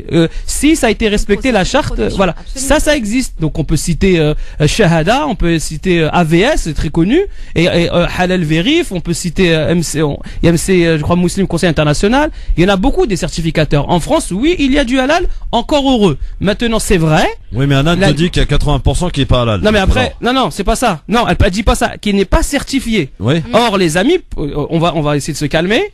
Ce qui compte, c'est de manger halal. Mon ami, on essaie de comprendre. Non, mais quand on dit que 80% n'est pas halal, n'est pas certifié, c'est-à-dire que c'est halal. J'ai le temps encore pour répondre. Allez-y. Donc il y a deux points. Le premier point, c'est sur la question, la définition du halal. Donc nous, notre association, on travaille sur ce sujet. Ça fait 10 ans. Ouais. Donc vous m'avez parlé d'étourdissement, pas étourdissement et tout ça. Il faut être clair là-dessus. Pour la charte halal des musulmans des France s'oppose à tout type d'étourdissement. Il n'y a pas d'étourdissement ni avant ni après. L'abattage mécanique aussi, il y en a pas. Si vous parlez pour la production halal en France, quand je dis qu'il n'y a pas de production halal, donc je me réfère à la définition du halal qu'on a adoptée ensemble, et je me réfère aussi au fait que quand vous parlez de AVS, Shahada et tout ça, tous ces certificateurs-là, ils sont à l'étranger. Pour la plupart, ils ramènent leurs produits, sauf AVS et un abattoir. Pour la volaille, il y a un seul abattoir en France qui fait de la volaille halal sans étourdissement. Tous les autres abattoirs, c'est avec étourdissement et avec abattage mécanique. Quand je vous dis ça, vous allez parler, même avec des non-musulmans qui travaillent dans les abattoirs français, ils te diront halal ou pas halal, c'est la même chose. D'accord? Donc si vous acceptez que l'abattage mécanique avec étourdissement, pour vous c'est halal, ça c'est votre point de vue. Personne n'a dit qu'accepter ça. Ah oui, absolument. Non, Madame Rezgui, non, c'est pas ce qu'on disait. On disait qu'en France, Dieu merci, il y a du halal. Moi, elle est en train de te dire que non. Et surtout pour la volaille, il n'y a pas de halal. Ouais, elle est en train de te dire le contraire, Hakim, justement, c'est ce qu'il faut comprendre. Alors, ça, je vous le confirme. Ouais. Quand il y a AVS vend du poulet halal, ça veut dire que son poulet vient de l'abattoir, son propre abattoir de la région parisienne, ou bien, je sais plus, c'est la région parisienne, ou bien ça vient de l'étranger, ça vient de la Roumanie, de Pologne, Shahada pareil. Halal Service pareil, Halal Virus c'est pareil, ils ont tous déserté la France. C'est ça la réalité aujourd'hui. C'est pour ça que nous, quand les industriels aujourd'hui en France, ils ont vu que les musulmans ils veulent pas de leur définition, parce que est-ce qu'ils voudraient si nous vendre le même produit qui est produit pour des non-musulmans, juste mettre étiquette halal dessus et le vendre parce qu'ils étaient habitués jusque-là à des certifications de complaisance, c'est ce qu'ils voudraient garder, ils sont allés jusqu'à vouloir faire leurs propres normes halal. Madame Rezgui, question que j'ai à vous poser, qui sera ma dernière question d'ailleurs si vous voulez bien. En tant que consommateur, on veut manger halal aujourd'hui. Concrètement, comment fait-on pour se rassurer et être sûr, pas à 100% parce qu'on ne l'est pas visiblement, mais être à peu près sûr de manger halal? Quelle garantie doit-on prendre lorsqu'on va dans un restaurant, ou chez son boucher? Qu'est-ce qu'on doit regarder? Qu'est-ce qu'on doit exiger? Qu'est-ce qu'on doit demander, Madame Rezgui? D'accord. Juste avant de vous répondre, donc quand même, je vous ai appelé parce qu'on voulait parler de la pétition. Donc, je lance un appel pour signer la pétition là pour la définition du halal par le référentiel religieux, qui est justement qui s'inscrit dans un processus pour permettre aux musulmans de s'assurer sur la garantie halal. Aujourd'hui, pour répondre à votre question, pour être sûr que c'est halal, donc déjà il faut choisir les produits qui sont certifiés. Mais comment on fait? Parce que vous nous dites que les produits certifiés justement ne répondent pas à la définition du halal. Si les produits certifiés ne répondent pas déjà à la définition. Par un organisme. Par un organisme, c'est clair ce qu'elle dit, Madame Rezgui. Un organisme. Voilà. Donc il y a des produits surtout qui viennent de l'étranger qui sont certifiés. Ça c'est la première chose. Après la deuxième chose, vous regardez, il y a plusieurs certificateurs. Il y a une enquête sur Acidcom. Donc les certificateurs, ils ne proposent pas tous la même garantie. Vous prenez par exemple AVS, Halal Service, Shahada, ils proposent un produit sans aucun type d'étourdissement. Par contre, l'inconvénient, la plupart de leurs produits, ça vient de l'étranger. Vous prenez par exemple la mosquée de Lyon. Pourquoi c'est un inconvénient, madame? C'est les conditions sanitaires et tout ça, c'est pas la même chose à l'étranger qu'en France. Après, vous prenez par exemple les trois mosquées, vous prenez la mosquée de Paris, la mosquée d'Evry, ils font pas de contrôle. Oui, il l'a dit d'ailleurs, Daniel Boubacar. Oui, pour les deux Donc, premières, pour la mosquée. Produit, et puis ils tolèrent tout pour l'instant. Ils ont signé la charte de CFCM, mais en pratique, pour l'instant, ils continuent à tolérer tout. Mais en perspective, ça serait que tous ces certificateurs-là puissent s'inscrire sous la charte halal qu'on vient de mettre en place. C'est pour ça qu'on a mis ce référentiel. C'est pour organiser. C'est ça le problème aujourd'hui, c'est que il y a des référentiels, chacun y fait un peu, mais en fait, cette division entre organismes de certificateurs les soumis aux industriels. Merci Madame Rezgui, on a essayé de comprendre. J'avoue que tout ça est confus pour moi. Je suppose pour beaucoup de consommateurs malheureusement, et donc ça va encore compliquer la charte, et je sais parce qu'il y a des gens qui sont experts dans le domaine qui veulent faire avancer les choses. Donc il faut nous aider à faire signer la pétition. Inch'Allah, il faudrait que nous de notre côté on continue à travailler pour faire avancer les choses. Mais la mosquée de Lyon, vous l'avez pas citée, c'est fait exprès. J'ai pas fini. Donc la mosquée de Lyon, eux pour la volaille c'est pareil, ils tolèrent l'étourdissement. Par contre pour tout ce qui est bœuf ou vin, normalement dans la théorie il n'y a pas d'étourdissement. Donc c'est des produits que nous en tant qu'association de consommateurs nous conseillons aux consommateurs. Mais par contre pour la volaille c'est avec étourdissement. Merci Madame Rezgui. Si je reviens au fatwa et tout ça, l'étourdissement pour la volaille c'est interdit. Très bien, merci beaucoup en tout cas. Je sais pas vous, Hakim et Besma, mais moi je n'ai rien compris du tout. Alors j'ai compris, mais c'est vrai que comme elle est experte, pour dire pas dire autre chose. Je pense que Madame Rezgui, elle est experte. Ouais. De son domaine, elle a dit ça fait plus de 10 ans qu'il travaille dessus. Maintenant c'est comme c'est un gros travail derrière pour digérer et puis pour nous servir ça plus facilement, c'est un peu plus difficile cet exercice. 80% n'est pas halal. Non, c'est pas ça. C'est pas certifié les amis. Moi de ce que j'ai compris, c'est plus le processus de certification en réalité qui pose problème plus que la définition même du halal. Du halal. En fait, c'est la certification. Selon certains, la certification, pour obtenir la certification, l'étourdissement est autorisé et pour d'autres ce serait interdit. Voilà. Moi de ce que j'ai compris. Et quand sur la base de fatwa d'argent en jeu, évidemment, là on autorise plus facilement les choses finalement. Voilà. On est dans un gros business malheureusement. Nous les consommateurs, on est pris en otage dans tout ça. Moi, ça m'embête quand tu dis que la viande française est pas forcément halal. Non. Là, tout va dépendre de la définition que tu vas donner au halal. Je dis pas ça. Il y a du halal en France, encore heureux. C'est ce que je comprends, moi. Les amis, moi aussi, c'est tout je comprends. Hakim, tu veux te rassurer, mais il faut, il y a la réalité aussi. Parce qu'en fait, pour comprendre, je pense, Madame Rezgui, il faut avoir certaines notions. C'était un peu compliqué ce qu'elle disait. Oui, mais parce qu'on a fait la confusion. Déjà, tu fais la confusion entre certifié et halal tout court. Ouais. Voilà. Donc bref. Enfin, je vais pas attarder plus. Ouais. Plus en que tout ça. Cas, si je veux manger du halal, écoute. Il y a des certificateurs, Shahada par exemple, ils sont très sérieux. Dans les restaurants, dans les boucheries. Si tu suis ce qui a été explicité, c'est que tu peux même pas te baser aux certifications, justement parce que certaines certifications ne correspondent pas à la définition du halal. Non, c'est ce que. France Maghreb 2, France Maghreb 2. Le grand forum sur France Maghreb 2. Merci d'être avec nous. Avec juste pour finir ce sujet, parce que personnellement, visiblement ils ont quelques soucis de communication chez Acidcom parce que on n'a rien compris. Enfin moi personnellement j'ai rien compris. Qu'est-ce qu'il faut se poser comme question et la différence entre la certification et ce qui est ou non halal, Hakim. Alors en quelques mots très brièvement, donc dans le Coran, Dieu il parle pas de manger une nourriture qui est certifiée, mais il parle de manger une nourriture qui est halal. Le halal c'est une viande. Les conditions qui ont été sorties c'est qu'elle soit sacrifiée avec un couteau, qu'elle soit ni malade, ni porteuse ni en gestation, qu'elle soit et que les veines, les jugulaires elles soient coupées. Il y a l'œsophage et la trachée. C'est minimum les deux jugulaires plus la trachée ou l'œsophage, ou bien les quatre, que le sang coule sans étourdissement préalable. Là-dessus c'est acté. Ça c'est le halal. Et le sacrificateur doit être saint de corps et d'esprit. Voilà, et certains ils disent il doit être nécessairement, obligatoirement faire la prière. Ça c'est acté. Maintenant, et ça c'est dans le Coran. Maintenant, la certification, c'est en rapport direct avec le contexte. Dans un pays qui n'est pas musulman, il nécessite, lors de l'élaboration industrielle et de la mise à mort des bovins et des ovins, des caprins, et de la volaille, il nécessite un organisme qui va donner assistance au pouvoir public, d'accord, entre parenthèses, les préfectures c'est elles qui missionnent les vétérinaires dans tous les abattoirs, 250 abattoirs en France ou 251, pour vérifier, faire les tests au niveau sanitaire, est-ce qu'ils sont pas contaminés, etc.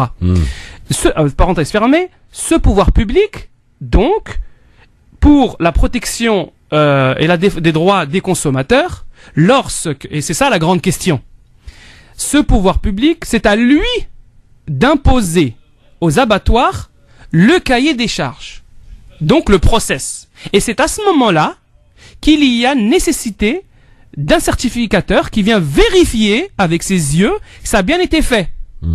C'est pour ça donc la dame, Madame Rezgui, elle parlait de nécessité de certification et qu'en France, il y a 20% de certification, il y a 80% qui est pas certifié. Mais ça veut pas dire que c'est pas halal, les amis.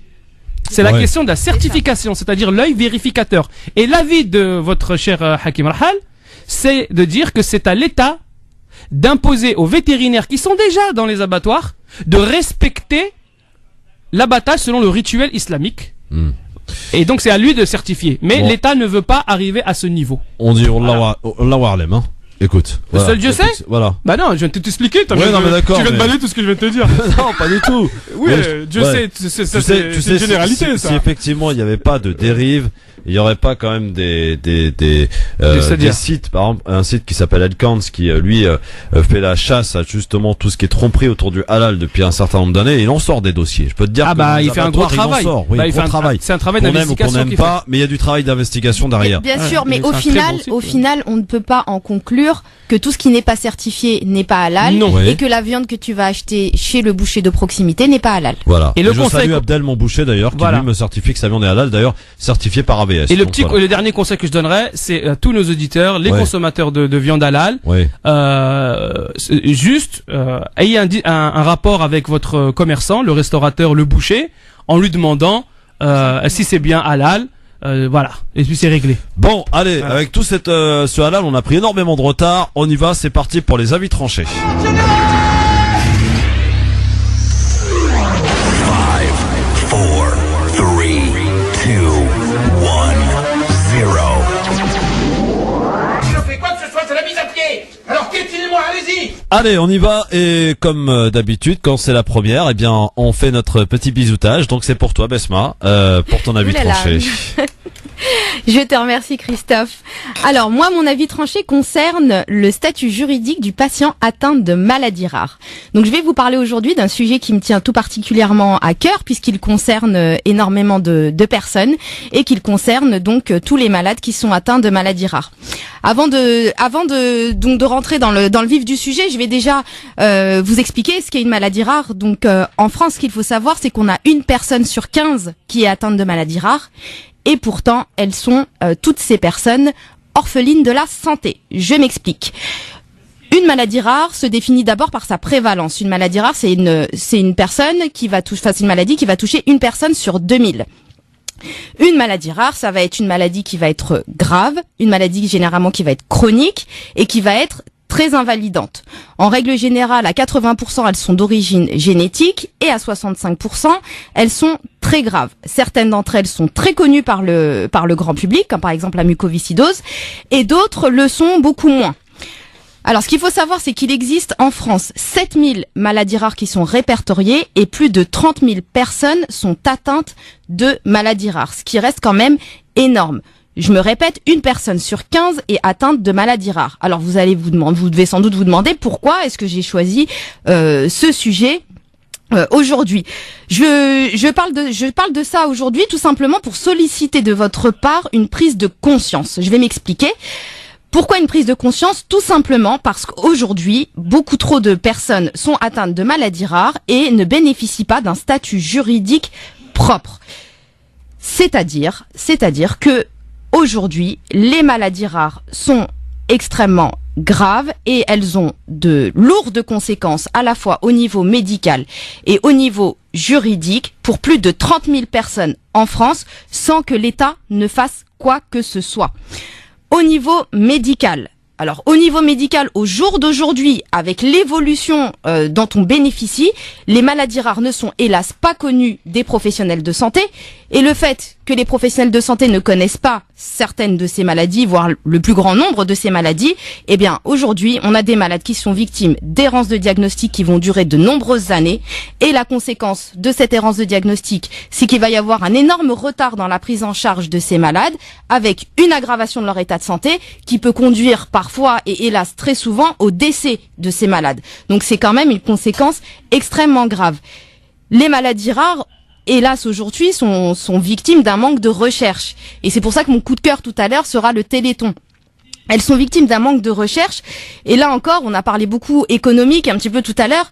Pourquoi elles sont victimes d'un manque de recherche? Tout simplement parce que au jour d'aujourd'hui, elles n'ont pas de traitements qui sont adaptés. Et pourquoi elles n'ont pas de traitements adaptés? Pour des raisons justement économiques, parce que les laboratoires pharmaceutiques refusent d'investir et refusent de mettre de l'argent dans les labos pour la recherche. Pourquoi? Tout simplement parce qu'elles n'auront pas de retour sur investissement. Donc on a des malades qui se retrouvent face à des médecins qui connaissent pas leur maladie et face à des laboratoires qui refusent de mettre en place des recherches pour leur donner un traitement. Donc c'est extrêmement grave. Pourquoi c'est extrêmement grave? Parce que ça va avoir des conséquences également. Au-delà de leur santé, ça va aussi avoir des conséquences au niveau juridique. Et c'est là où ma casquette d'avocat, on va dire, intervient. Au niveau juridique, une personne qui est atteinte de maladies rares bénéficie, comme tout un chacun, d'un droit d'accès aux soins. Le droit d'accès aux soins, c'est quoi? C'est un droit qui a été défini par la loi du 4 mars 2002, qui est la loi primordiale, on va dire, pour défendre les droits des malades, qui va nous insérer un article, qui est l'article L1110-1 dans le Code de la santé publique, qui précise que chaque malade a le droit, un droit fondamental à la protection de sa santé. Donc vous et moi, nous avons tous un droit fondamental à la protection de notre santé. Qu'on ait une maladie rare ou non, on a un droit fondamental à la protection de la santé, et ce droit-là a été rappelé en 2002, mais en réalité c'était même pas nécessaire parce qu'on a quand même au sommet de la hiérarchie des normes en France, à savoir dans la Constitution, dans le préambule de la Constitution de 46, quand même un dispositif qui prévoit le droit fondamental à la protection de la santé. Donc, ce droit-là, hélas, n'est absolument pas respecté pour les personnes atteintes de maladies rares. Et je m'explique, tout simplement parce que les lois qui sont mises en place sont totalement inadaptées. Les lois qu'on a aujourd'hui dans le Code de la santé publique, dans le Code de la sécurité sociale, ce sont des lois qui sont adaptées au plus grand nombre. Et là, je pense que personne ne me contredira lorsque je dirais que on entend souvent parler des maladies fréquentes, comment lutter contre le diabète, comment lutter contre le cancer, comment lutter contre l'obésité, mais par contre, moi j'entends très rarement, si ce n'est en cette période de l'année, comment lutter pour aider les enfants atteints de la maladie des os de verre à avoir moins de fractures, ou comment aider les enfants de la Lune à pouvoir sortir en plein jour. Et là, ça, je n'en entends absolument pas parler, alors que ce sont des personnes qui bénéficient d'un droit à la protection de leur santé. Donc, je vais juste vous raconter une petite histoire. C'est l'histoire d'une petite Camilla. Et Camilla, c'est une petite fille. Cette petite fille, ça pourrait être votre sœur, ça pourrait être aussi votre fille, ou ça pourrait être votre voisine, ou tout simplement votre amie. La petite Camilla, c'est une fille très jeune qui, hélas, est conduite régulièrement au service des urgences par ses parents en raison de multiples fractures. Et à la suite de sa 10e venue au service des urgences pour encore une énième fracture, elle se retrouve hélas face à un corps médical qui ne connaît pas sa situation et qui, au lieu d'essayer de comprendre ce qu'il se passe, discutent entre eux et se disent « Ouh là là, c'est la 10e fois qu'elle vient encore pour des fractures, elle est maltraitée. » Qu'est-ce qu'on fait? On prévient les services sociaux. Donc la petite Camilla, cette petite fille qui pourrait être la vôtre, qui pourrait être votre sœur, ou qui pourrait être votre cousine, ou tout simplement votre fille, cette petite Camilla est placée dans une famille d'accueil. Elle est retirée à ses parents. Mais au-delà de ça, ses parents aussi sont poursuivis au pénal pour maltraitance à l'égard de leur enfant. Parce que le fait qu'elle ait des fractures répétées, on suppose tout de suite qu'elle est maltraitée par ses parents. Et la maltraitance à l'égard d'un enfant, c'est une infraction pénale pour laquelle on peut être poursuivi devant le tribunal correctionnel et devant lequel on doit répondre, et on encourt des sanctions qui peuvent aller jusqu'à l'enfermement en prison, et c'est quand même quelque chose de très très grave. Donc face à ça, la mère a dû se battre corps et âme pendant des semaines. Et ce que je vous dis, c'est que l'histoire de Camilla, c'est une histoire vraie, ce n'est pas une histoire que j'invente. La maman de cette petite fille a dû se battre pour qu'un médecin, à l'hôpital Necker, accepte de la voir 1 heure et qu'il reprenne son dossier médical pour essayer de comprendre ce qu'il se passe.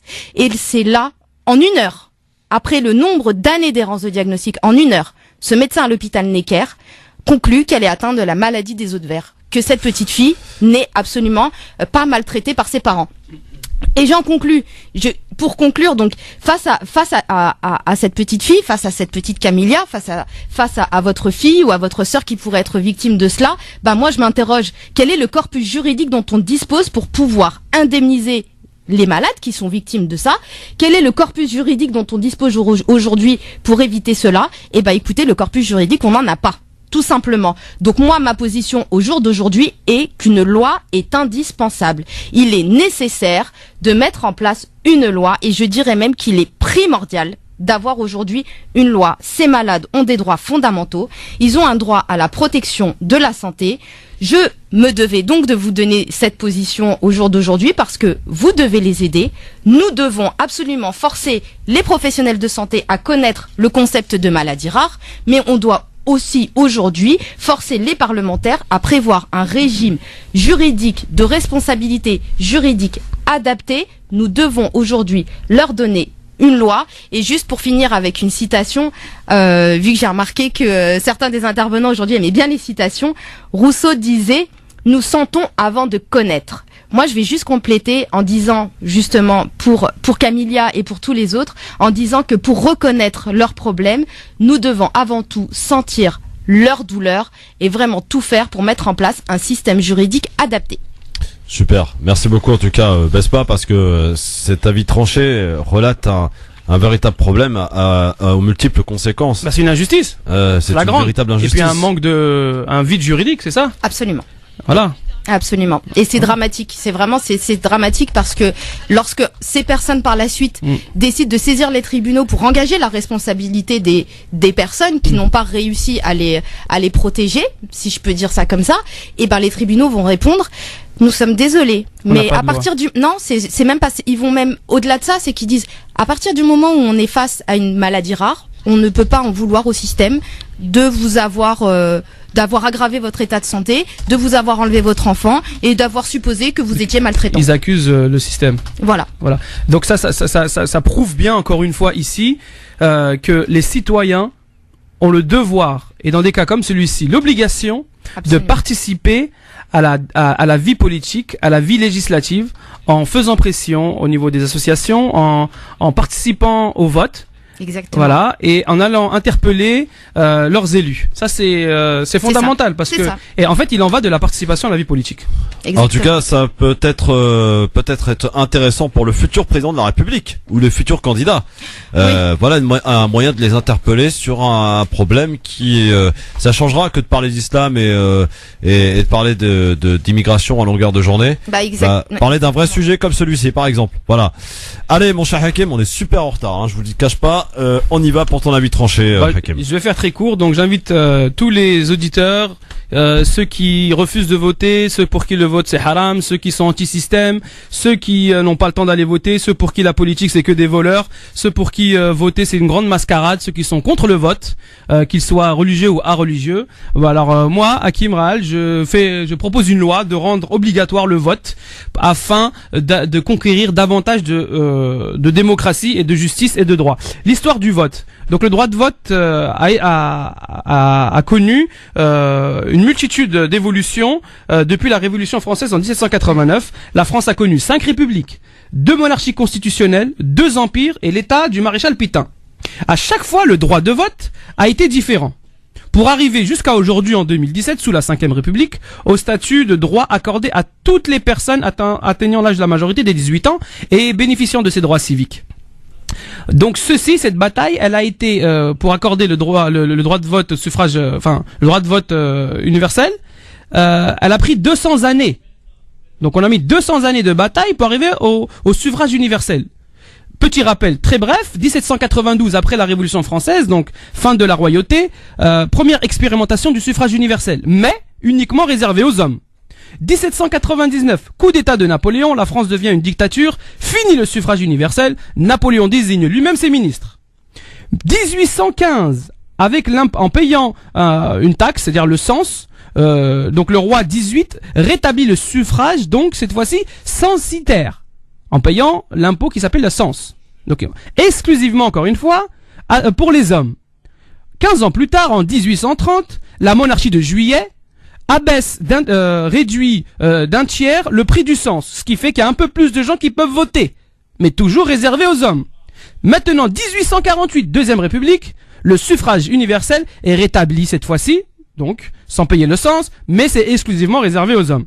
Presque 100 ans plus tard, en 1944, attention mesdames, le droit de vote est accordé aux femmes. Après de grands débats pour savoir est-ce que la femme a la capacité de comprendre la politique. 2 ans plus tard, 1946, on accorde le droit de vote aux Français d'outre-mer.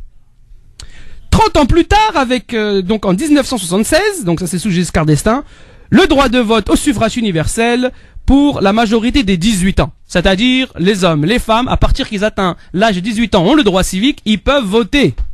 Donc ça c'était 1976, les amis. Donc on est en 2017. 2016, attends. On est en 2017 demain. Ouais. Demain là, d'un mois on est en 2017, ça y est c'est fait. D'accord ? Je propose de rendre le vote obligatoire afin de conquérir ce qui manque encore à la démocratie, à savoir une certaine représentativité. Car le projet démocratique, il n'est pas démocratique s'il ne résout pas l'équation pouvoir, représentativité et vote. Alors, j'ai pas fini Christophe, je vais être très court.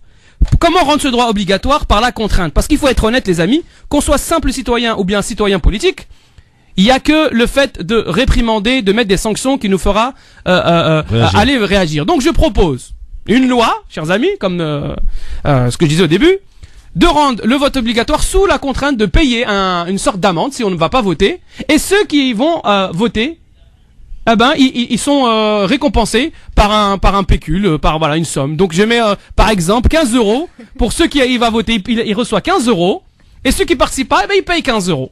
Après vous allez me poser la question du budget, je vous dirai que ceux qui payent l'amende, eh ben financeront ceux qui votent. Voilà, ça alors ou bien non, il y a encore un problème, c'est qu'il y aura plus d'argent qui vont rentrer dans les caisses qui vont sortir. Parce que l'abstentionniste est un record en France. Non, de contraindre les gens à participer. Et cette fois-ci, ça donnera encore plus de valeur pour ceux qui votent blanc.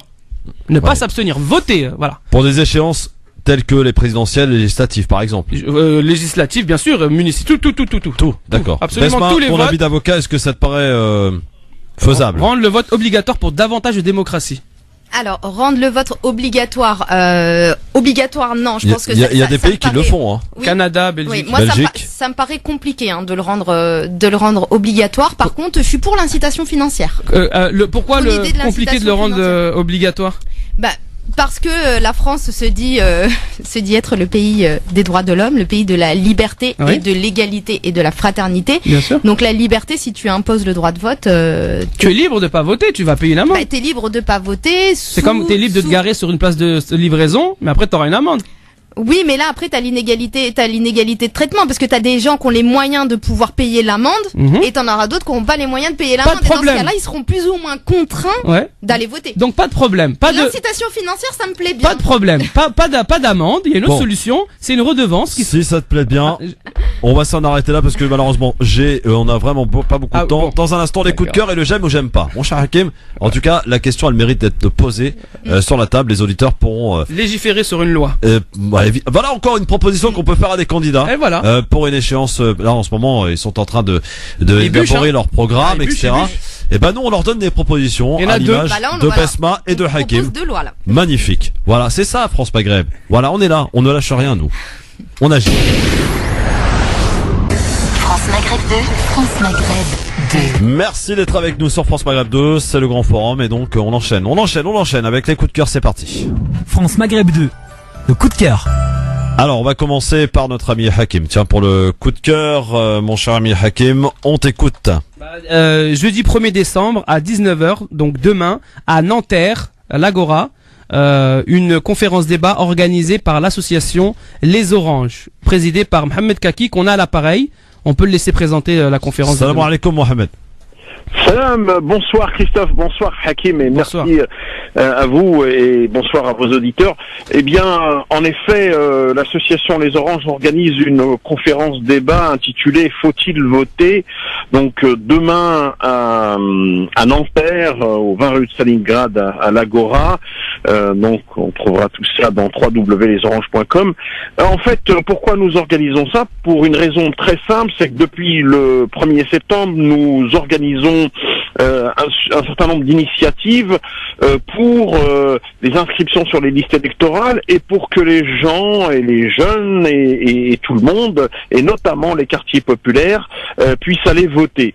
Or, on s'aperçoit que un des plus grands adversaires pour 2017, outre un certain nombre de candidats avec des programmes nauséabondes, eh bien, nous avons un adversaire redoutable, c'est celui des abstentionnistes. Et donc, c'est pourquoi nous envisageons de mettre en place un travail de sensibilisation, mais aussi par du débat, par de la conférence, et sur le terrain, de manière à ce que les citoyennes et les citoyens puissent débattre et puissent, en connaissance de cause, voir l'importance du vote ou pas, mais en tout cas on en débattra donc demain soir à 19h à l'Agora à Nanterre, donc organisé par l'association Les Oranges. Il y aura plusieurs invités, dont notamment Olivier Lecourt-Grandmaison, historien, le maire de Nanterre, plus des journalistes, etc. D'autres gens, notamment l'adjoint, Monsieur Kimoun, notamment, qui est un syndicaliste important. Voilà, donc on sera, il y aura Alima Thierry Boumedienne, voilà.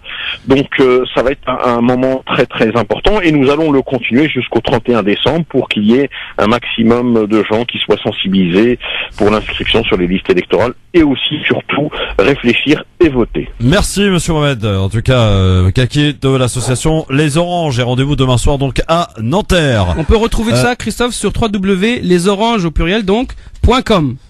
Ma chère Besma.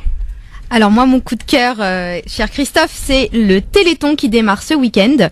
C'est alors juste pour savoir, le Téléthon à la base a été donc mis en place par l'AFM, qui est une association militante de parents et de malades, donc a été créée en 1958 et qui avait pour but donc de lutter contre les maladies génétiques neuromusculaires. Il y a une stratégie qui a été mise en place à travers une mobilisation énorme, une mobilisation populaire unique qu'on n'a jamais vue au préalable par le biais de la médiatisation. Et c'est en 1987, donc ils ont décidé de mettre en place le Téléthon, qui permet de faire un appel aux dons pour pouvoir développer la recherche. Donc en 1990, ils ont mis en place ce qu'on appelle le Généton, en 1997 plus exactement, donc qui ont permis de lancer des essais thérapeutiques. Et c'est en 2010 qu'on a les premiers traitements qui ont vraiment commencé à apparaître, avec la création en 2011 de l'Institut de biothérapie des maladies rares. Donc ce qu'il faut savoir, c'est qu'aujourd'hui le Téléthon, ça permet de financer les recherches et que ça finance vraiment les recherches. Qu'il y a 600 experts aujourd'hui qui luttent régulièrement pour pouvoir trouver des traitements pour des maladies rares. Donc s'il vous plaît, ce week-end, n'hésitez pas, 36-37, faites des dons. Merci Besma, 36-37, tout comme d'ailleurs le radioton qu'on organise avec le Secours Islamique. C'est vendredi, samedi et dimanche sur France Maghreb 2. Allez, on passe maintenant au j'aime ou j'aime pas. On a réussi à rattraper notre retard. J'aime ou j'aime pas, Besma, ami auditeur, Hakim, c'est un peu comme le principe des réseaux sociaux, Facebook, Twitter, on a notre fil d'actualité, je vous propose des infos, vous dites si vous aimez pas, vous pouvez dire je m'en fous aussi. Alors, présidentielle pour 3 Français sur 4, Manuel Valls est meilleur candidat que François Hollande pour la présidentielle. J'aime pas ou je m'en fous? Non, c'est un mensonge, j'aime pas. J'aime pas. Très bien. Mahmoud Abbas, qui a été réélu hier à la présidence du Fatah, c'était donc mardi, après l'ouverture donc du congrès du plus important mouvement palestinien en pleine crise en ce moment. J'aime pas. J'aime pas. J'aime pas non plus. Très bien. Selon Erdogan, le président turc, protéger El-Aqsa est le devoir de tous les musulmans à travers le monde. Bravo Erdogan. T'as chocolat d'Alem pour les auditeurs je me prononce turcophones. Pas. Très bien. Elle se prononce pas donc. Depuis une semaine, sachez que sur Google, les termes les plus associés à François Fillon, eh bien devinez sont lesquels, sont l'avortement, l'islam et l'immigration. J'aime. Ah bah c'est une catastrophe pour lui. Hélas, enfin, mais j'aime, oui, c'est hélas, c'est significatif. Hein. Là pour le coup, c'est du vrai sondage. Là, c'est de la statistique. Le président tunisien et ses psys, pour Manuel Valls surtout, a déclaré que de tous les soulèvements arabes, la révolution tunisienne demeure la seule réussite. Il a ajouté: j'ai évité un bain de sang pour mon pays. J'aime pas ou je m'en fous. Ça c'est Sepsi qui dit ça. Oui. C'est complètement faux. Ouais, Voilà, parce que s'il dit ça dernièrement, faut pas oublier que c'était Ali Omari qui avait voulu, qui avait aidé Ben Ali pour qu'il reste au pouvoir en lui envoyant. Non mais c'est surtout que des bains de sang. Et ça n'a pas été fait. Oui, des bains de sang, il y en a eu. Ça n'a pas été fait. 4 attentats, je crois, en une année. Il y a eu des bains de sang. Donc on peut pas. C'est pas comme ça, bien sûr. Et une dernière petite info, ça se passe au Maroc. C'est une télévision qui s'excuse. Une télévision marocaine s'excuse après avoir donné des conseils de maquillage pour les femmes battues. Ah oui. C'est quoi oui, ça se passe au Maroc. Une télé effectivement qui a proposé du maquillage pour. C'est une blague, c'est sérieux. C'est pas une blague. Mais c'est n'importe quoi ça. C'est une insulte envers les femmes. Bah oui, justement, elle a présenté ses excuses cette télé pour avoir présenté ce maquillage. Bah merci pour les excuses. Au lieu de présenter ses excuses, elle devrait plutôt présenter le dispositif juridique qui leur permettrait de faire valoir leurs droits. Très bien, donc on n'aime pas évidemment. Absolument. Pas du tout. On n'aime pas du tout. Elle devrait s'investir dans la prévention, des messages de préventif. Voilà, des préventions, leur donner les armes pour qu'ils puissent se défendre. Ouais. Exactement. Des passages en télé gratuits. Vive les femmes et vive les hommes et vive la paix, vive la paix surtout. Vive la paix, vive la paix, Christophe. Vive l'humanité. Surtout pas vive les lâches qui s'en prennent aux femmes et aux plus faibles. Voilà. Ma chère Besma, ça va, ça t'a plu? Oui. Oui, oui, absolument. Bon, tu reviens quand? Eh ben, lorsque tu m'invites. Ah, c'est validé. Merci à toi, Besma. Merci à toi, Christophe, et merci à tous les auditeurs, et merci beaucoup. C'était vraiment très agréable. Merci. Demain, autour de cette table, Akili Menouli et Islam Saïli. On va changer un petit peu. Et puis, dans un instant, la Myanmar pour l'éphéméride, la télé, le sport. Et puis, on écoutera Kerry James aussi, puisqu'il est ce soir au Zénith de Paris pour son concert. Un concert qui est déjà plein depuis au moins plus de 4 semaines maintenant. Merci d'écouter France Maghreb 2. On est à peu près à l'heure, 18h01. C'est l'actualité en ce mercredi soir. Et c'est avec Marine Garrel que nous avons rendez-vous. Bonsoir Marine. Qui est de retour avec un accompagnement, avec un travail avec les chercheurs pour faire en sorte que les mathématiques et les sciences deviennent à nouveau une discipline, voilà, qui soit audible tout simplement des élèves. Vendredi, c'est le lancement du Téléthon, nouvelle édition pour cette année. Et 2 jours avant, Garou a tenu à faire un appel aux téléspectateurs hier soir sur France 5. Alors, vous n'allez pas déconner cette année, ok? Parce que vous êtes au rendez-vous 36-37. Il y a beaucoup d'enfants qui ont besoin de vous, des familles qui ont besoin de sentir votre support. Et il y a beaucoup de bénévoles qui travaillent avec acharnement. Et je vous promets que l'argent que vous allez donner va être pour la bonne cause et que votre don va vous faire du bien à vous. Ça, c'est la partie égoïste de la chose. 36-37, donc à partir de vendredi pour ce Téléthon. Je vous rappelle également l'événement qu'organise France Maghreb 2 en partenariat avec le Secours Islamique pour aider les enfants palestiniens pour leur venir en aide. C'est notre radioton qu'on lance nous aussi vendredi, et ce pendant 3 jours. Allez, pour finir, vous savez aussi que ce week-end c'est Miss France, diffusé comme chaque année d'ailleurs, face au Téléthon sur TF1 samedi soir. Et voici ce à quoi s'est amusée Daphné Burki, la présentatrice de la nouvelle édition sur C8, faire passer le questionnaire de culture générale à ses chroniqueurs. Et voici ce que ça donne pour finir ce zapping. Émilie Bess. Ah là là. Après la saga d'Harry Potter, un nouveau film adapté d'un roman de J.K. Rowling est sorti au cinéma ce mois-ci. Comment s'appelle-t-il? Vous avez plusieurs réponses. La fille du train, l'homme mystérieux, l'enfant maudit, les animaux fantastiques. Ah, les animaux fantastiques. Oui, bonne réponse, c'est bon. Tu peux te présenter. Deuxième question, Nicolas Domenac, il est en panique. Ça me fait plaisir de voir Nicolas un petit peu en panique. Quelle chanteuse a remporté le César du meilleur espoir féminin en 2015? Elisa Tovati, Soko, Louane, Vanessa Paradis, attention. Louane, tu peux encore être Miss France. Mais non. Louane, oui, il a raison. Louane, maman. Qu'est-ce qu'elle est? Ariel, la couronne.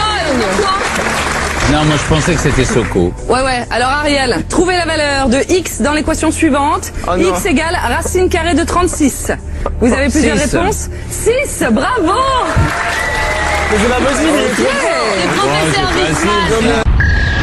possible. Et moi qui pensais que les Miss France n'avaient pas grand chose dans la tête. Mais bon. C'était les zappings, bon. Alors, qu'est-ce qui a retenu votre attention, ma chère Besma, pour votre premier zapping? Bien évidemment, le Téléthon. Oui. L'appel de Garou. Exactement. Qui a été, je crois, le parrain, c'est l'année dernière ou il y a quelques années, enfin, voilà. Bah, oui, et les parrains aussi, aussi cette année. Donc oui, son appel a retenu mon attention. Je compléterai juste ce qu'il a dit parce qu'à un moment, il fait appel à la générosité des gens en disant que le Téléthon est mis en place pour aider les enfants et les personnes malades. Mais je précise que le problème des maladies rares ne concerne pas que les enfants. Ouais. Effectivement. Mon cher Hakim. Bah la grosse erreur, erreur professionnelle, la faute professionnelle grave qui mérite un avertissement ou un licenciement du Premier ministre. Oui, démission. Il n'est pas capable de démissionner parce qu'il veut trop avoir son jouet d'être à la présidence. Donc alors c'est Beji Kaïd Essebsi. Voilà. Si tu m'écoutes, c'est pas dur. Essebsi. Et il y a autre chose aussi que j'ai noté, c'est il dit parce que il a senti, il le savait qu'il prononçait mal le nom parce qu'il n'a pas bien appris sa leçon et qu'on lui avait fait la remarque dans le public. Ils ont rigolé, quoi. Ils ont ri. Et puis il utilise une expression que j'ai pas aimée parce que il dit je vais parler. Je vais bientôt parler arabe si vous me cherchez. Bientôt en arabe si vous me cherchez. Ça veut dire quoi ça? Ça veut dire que c'est-à-dire il les menace pour leur dire je connais des gros mots, je vais vous dire des gros mots. C'est ça que je comprends en fait. Tu vois, alors qu'on lui demande de parler arabe pour pas parler arabe mais prononcer le nom du président de la Tunisie. Il n'est pas capable. Par contre, il dit attention, je vous menace de parler arabe. Comme si que la parler arabe c'est une menace. Ça, j'ai pas aimé. Ça, c'est des relents racistes pour moi. Et même au-delà de prononcer correctement le nom du président, je dirais même qu'on lui demande tout simplement de respecter le président tunisien. Parce que le fait de mal prononcer son nom, c'est un signe d'irrespect. Et s'agit-il peut-être d'une revanche parce que vous vous souvenez peut-être que Essebsi avait confondu François Hollande avec François Mitterrand. Alors comme ils se sont vus les deux hommes là et que en ce moment il n'y a pas grand-chose qui les accorde, François Hollande a peut-être préconisé à Valls de dire essaye de me venger là. Non, je plaisante évidemment. Surtout que ce serait petit comme vengeance, parce que surtout que lorsqu'on a une envie de vengeance, on la fait soi-même. Oui, c'est ça. Mais bon, avec ces hommes politiques, ces hommes et ces femmes politiques, on n'est plus à l'abri de rien. Tiens, puisqu'on parle de la Tunisie, vous savez qu'il se passe des choses en ce moment. La Tunisie essaie de trouver de l'argent, bien sûr, pour refaire un petit peu son pays, le tourisme, etc. Sachez que le Qatar a été le plus gros donateur jusqu'à présent, avec plus d'1 milliard d'euros qui vont être donnés à la Tunisie. C'est ce qu'a annoncé ce matin le Qatar. Quand tu dis ça, Christophe, la Tunisie fait pas la mendicité, c'est des investissements extérieurs. Non, mais la Tunisie a besoin d'argent. Comme tous les pays ont besoin d'argent, tout le monde a besoin d'argent. En ce moment surtout. Mais c'est-à-dire qu'ils cherchent d'investissement. Des investissements, exactement. Voilà. Et donc le Qatar a promis d'investir à hauteur de plus d'1 milliard d'euros. Donc c'est plutôt pas mal et une bonne nouvelle. Et il va falloir aussi que les auditeurs qui écoutent France Maghreb 2 continuent d'aller en Tunisie parce que c'est un très beau pays à visiter, ne serait-ce que par solidarité. Et en plus vous passerez un agréable moment, j'en suis sûr. Il faut que la Tunisie retrouve son statut qu'elle a toujours eu auparavant. Dans un instant, on est avec vous, chers amis auditeurs. Je vous rappelle également le numéro de téléphone 01 40 33 9000 pour nous joindre en direct sur France Maghreb 2. Puis j'en oubliais même notre invité tout à l'heure. On va parler un peu de la charte du halal qui a tendance un petit peu à faire grincer des dents. On en parlera avec la présidente de Assicom tout à l'heure sur France Maghreb 2. Elle sera notre invitée à 17h. Le grand forum, on est là, messieurs, dames. Merci d'être avec nous en ce mercredi après-midi, jour des enfants. Il paraît, en tout cas. Et bien entendu, il fait très froid en ce moment. En France, c'est très très compliqué. Mais bon, c'est l'hiver en même temps. Un peu avant l'heure, mais c'est l'hiver. N'est-ce pas, Hakim? Pour un Algérien, c'est dur, non? Je suis autant français qu'algérien. Et c'est vrai qu'il y a un petit vent froid. Ouais. Et c'est un climat tempéré en Algérie. Ouais. On a toutes les saisons. Et d'ailleurs, tiens, ça me rappelle une anecdote. J'avais fait 400 km. J'avais eu droit au soleil. J'ai eu droit à la grêle. 400 km. 400 km. À cheval ou en voiture? Non, en voiture d'Alger jusqu'à Msila. Et on avait traversé, on était passé par Béjaïa. Donc j'ai eu droit au soleil. La montagne, la pluie, la neige et les portes du désert. Puis les quartiers rebelles de la ville syrienne face à la montée, face à l'avancée, de l'armée libre syrienne et de ses appuis d'ailleurs. Nous parlons aussi des partis des Républicains qui changent de visage après sa victoire à la primaire de la droite et du centre. François Fillon place ses pions et nomme des proches au poste clé. Accoyer est désormais secrétaire général de la formation. Les anciens adversaires de François Fillon ne sont pas oubliés. Peut-être un peu les Juppéistes. socialistes. Mais nous verrons cela tout à l'heure. Et puis on va parler aussi de la gauche qui se prépare, vous le savez, à désigner son candidat pour la présidentielle. Date limite de dépôt des candidatures le 15 décembre. Mais la multiplicité des prétendants ne risque-t-elle pas de brouiller le jeu? C'est ce que nous nous poserons comme question autour au cours de cette émission, bien sûr. Allez, on y va et on commence évidemment avec ce zapping. Alors là, écoutez bien, il y a du très lourd aujourd'hui. Le zapping, les meilleurs moments qu'il ne fallait pas rater à la télé, à la radio, sur Internet, avec la grosse boulette commise à Tunis par le Premier ministre Manuel Valls. La boulette et les explications juste derrière. Je viens de vous le dire, de rencontrer le président de la République, BCE comme on dit ici, Belge Kaïd Essibi, et je verrai de nouveau dans un instant le Premier ministre, mon ami Youssef Chahed, et je voulais de tout cœur vous en remercier, tout juste arrivant, ce qui me fait parfois rater un mot, notamment quand il s'agit de saluer le président de la République. J'ai bien entendu vos murmures réprobateurs. Rien ne m'échappe, mais vous inquiétez pas, je vous parlerai bientôt arabe si vous me cherchez. Ce qu'on appelle une grosse boulette, donc signé Manuel Valls. Pendant ce temps-là, il paraît que les enfants français sont absolument nuls en sciences et en mathématiques. Najat Vallaud-Belkacem a tenu à donner les responsabilités suite à ce niveau excessivement bas des élèves et des enfants français en sciences et en mathématiques. Oui, je pèse mes mots, c'est une génération sacrifiée parce que finalement ces élèves de CM1 qui ont été évalués par Teams, ce sont des élèves qui ont commencé leur scolarité en CP en 2011. Donc concrètement, qui d'abord ont travaillé avec les programmes de 2008, qui étaient des programmes extrêmement faibles. Je vous renvoie au rapport de l'Inspection générale de l'éducation nationale sur ce sujet. Tous les enseignants vous disaient qu'ils étaient faibles, ces programmes, à la fois trop lourds et insuffisamment détaillés quand il s'agit de rentrer dans le dur des explications pour faire comprendre les élèves. Donc ce sont des élèves, pour revenir à la génération sacrifiée, qui ont travaillé avec les programmes de 2008, qui étaient très pauvres, et qui par ailleurs ont vécu leur scolarité à une époque où on supprimé les postes de professeurs, où on a supprimé la formation initiale des enseignants, où on a réduit à peau de chagrin la formation continue des enseignants. Ce que ces élèves ont connu, eux qui sont entrés en CP en 2011, ce sont 4 années qui ont été marquées par la pauvreté des programmes, la pauvreté de la formation des professeurs, la pauvreté de l'accompagnement. Et donc aujourd'hui, c'est à tout cela que nous avons voulu mettre fin avec de nouveaux programmes, bien mieux pensés, avec une formation initiale des enseignants, une formation continue. C'est vraiment exceptionnel. Magnifique. Ah oui. Le désert, Si à on faire au moins une fois dans sa vie. Si on reprend Yann Arthus Bertrand qui a fait, il est connu pour ses reportages, il a fait l'Algérie vue du ciel. Ouais, il a dit l'Algérie c'est le plus beau pays que j'ai vu. Ah ouais, ça, tu pouvais pas t'empêcher ça. C'est Yann Arthus Bertrand, c'est pas moi. Tu m'aurais pas dit qu'il était algérien, je l'aurais dit. Non, le nationaliste toujours. Jamais même arrêté avec bien les sûr. C'est Bertrand qui dit ça. C'est pas une critique, c'est une Non, mais c'est une Yann constatation. Arthus Bertrand. Exactement. Bah, peut-être que Yann Arthus Bertrand est algérien, oui, peut-être. Ah, peut-être, va savoir, va savoir.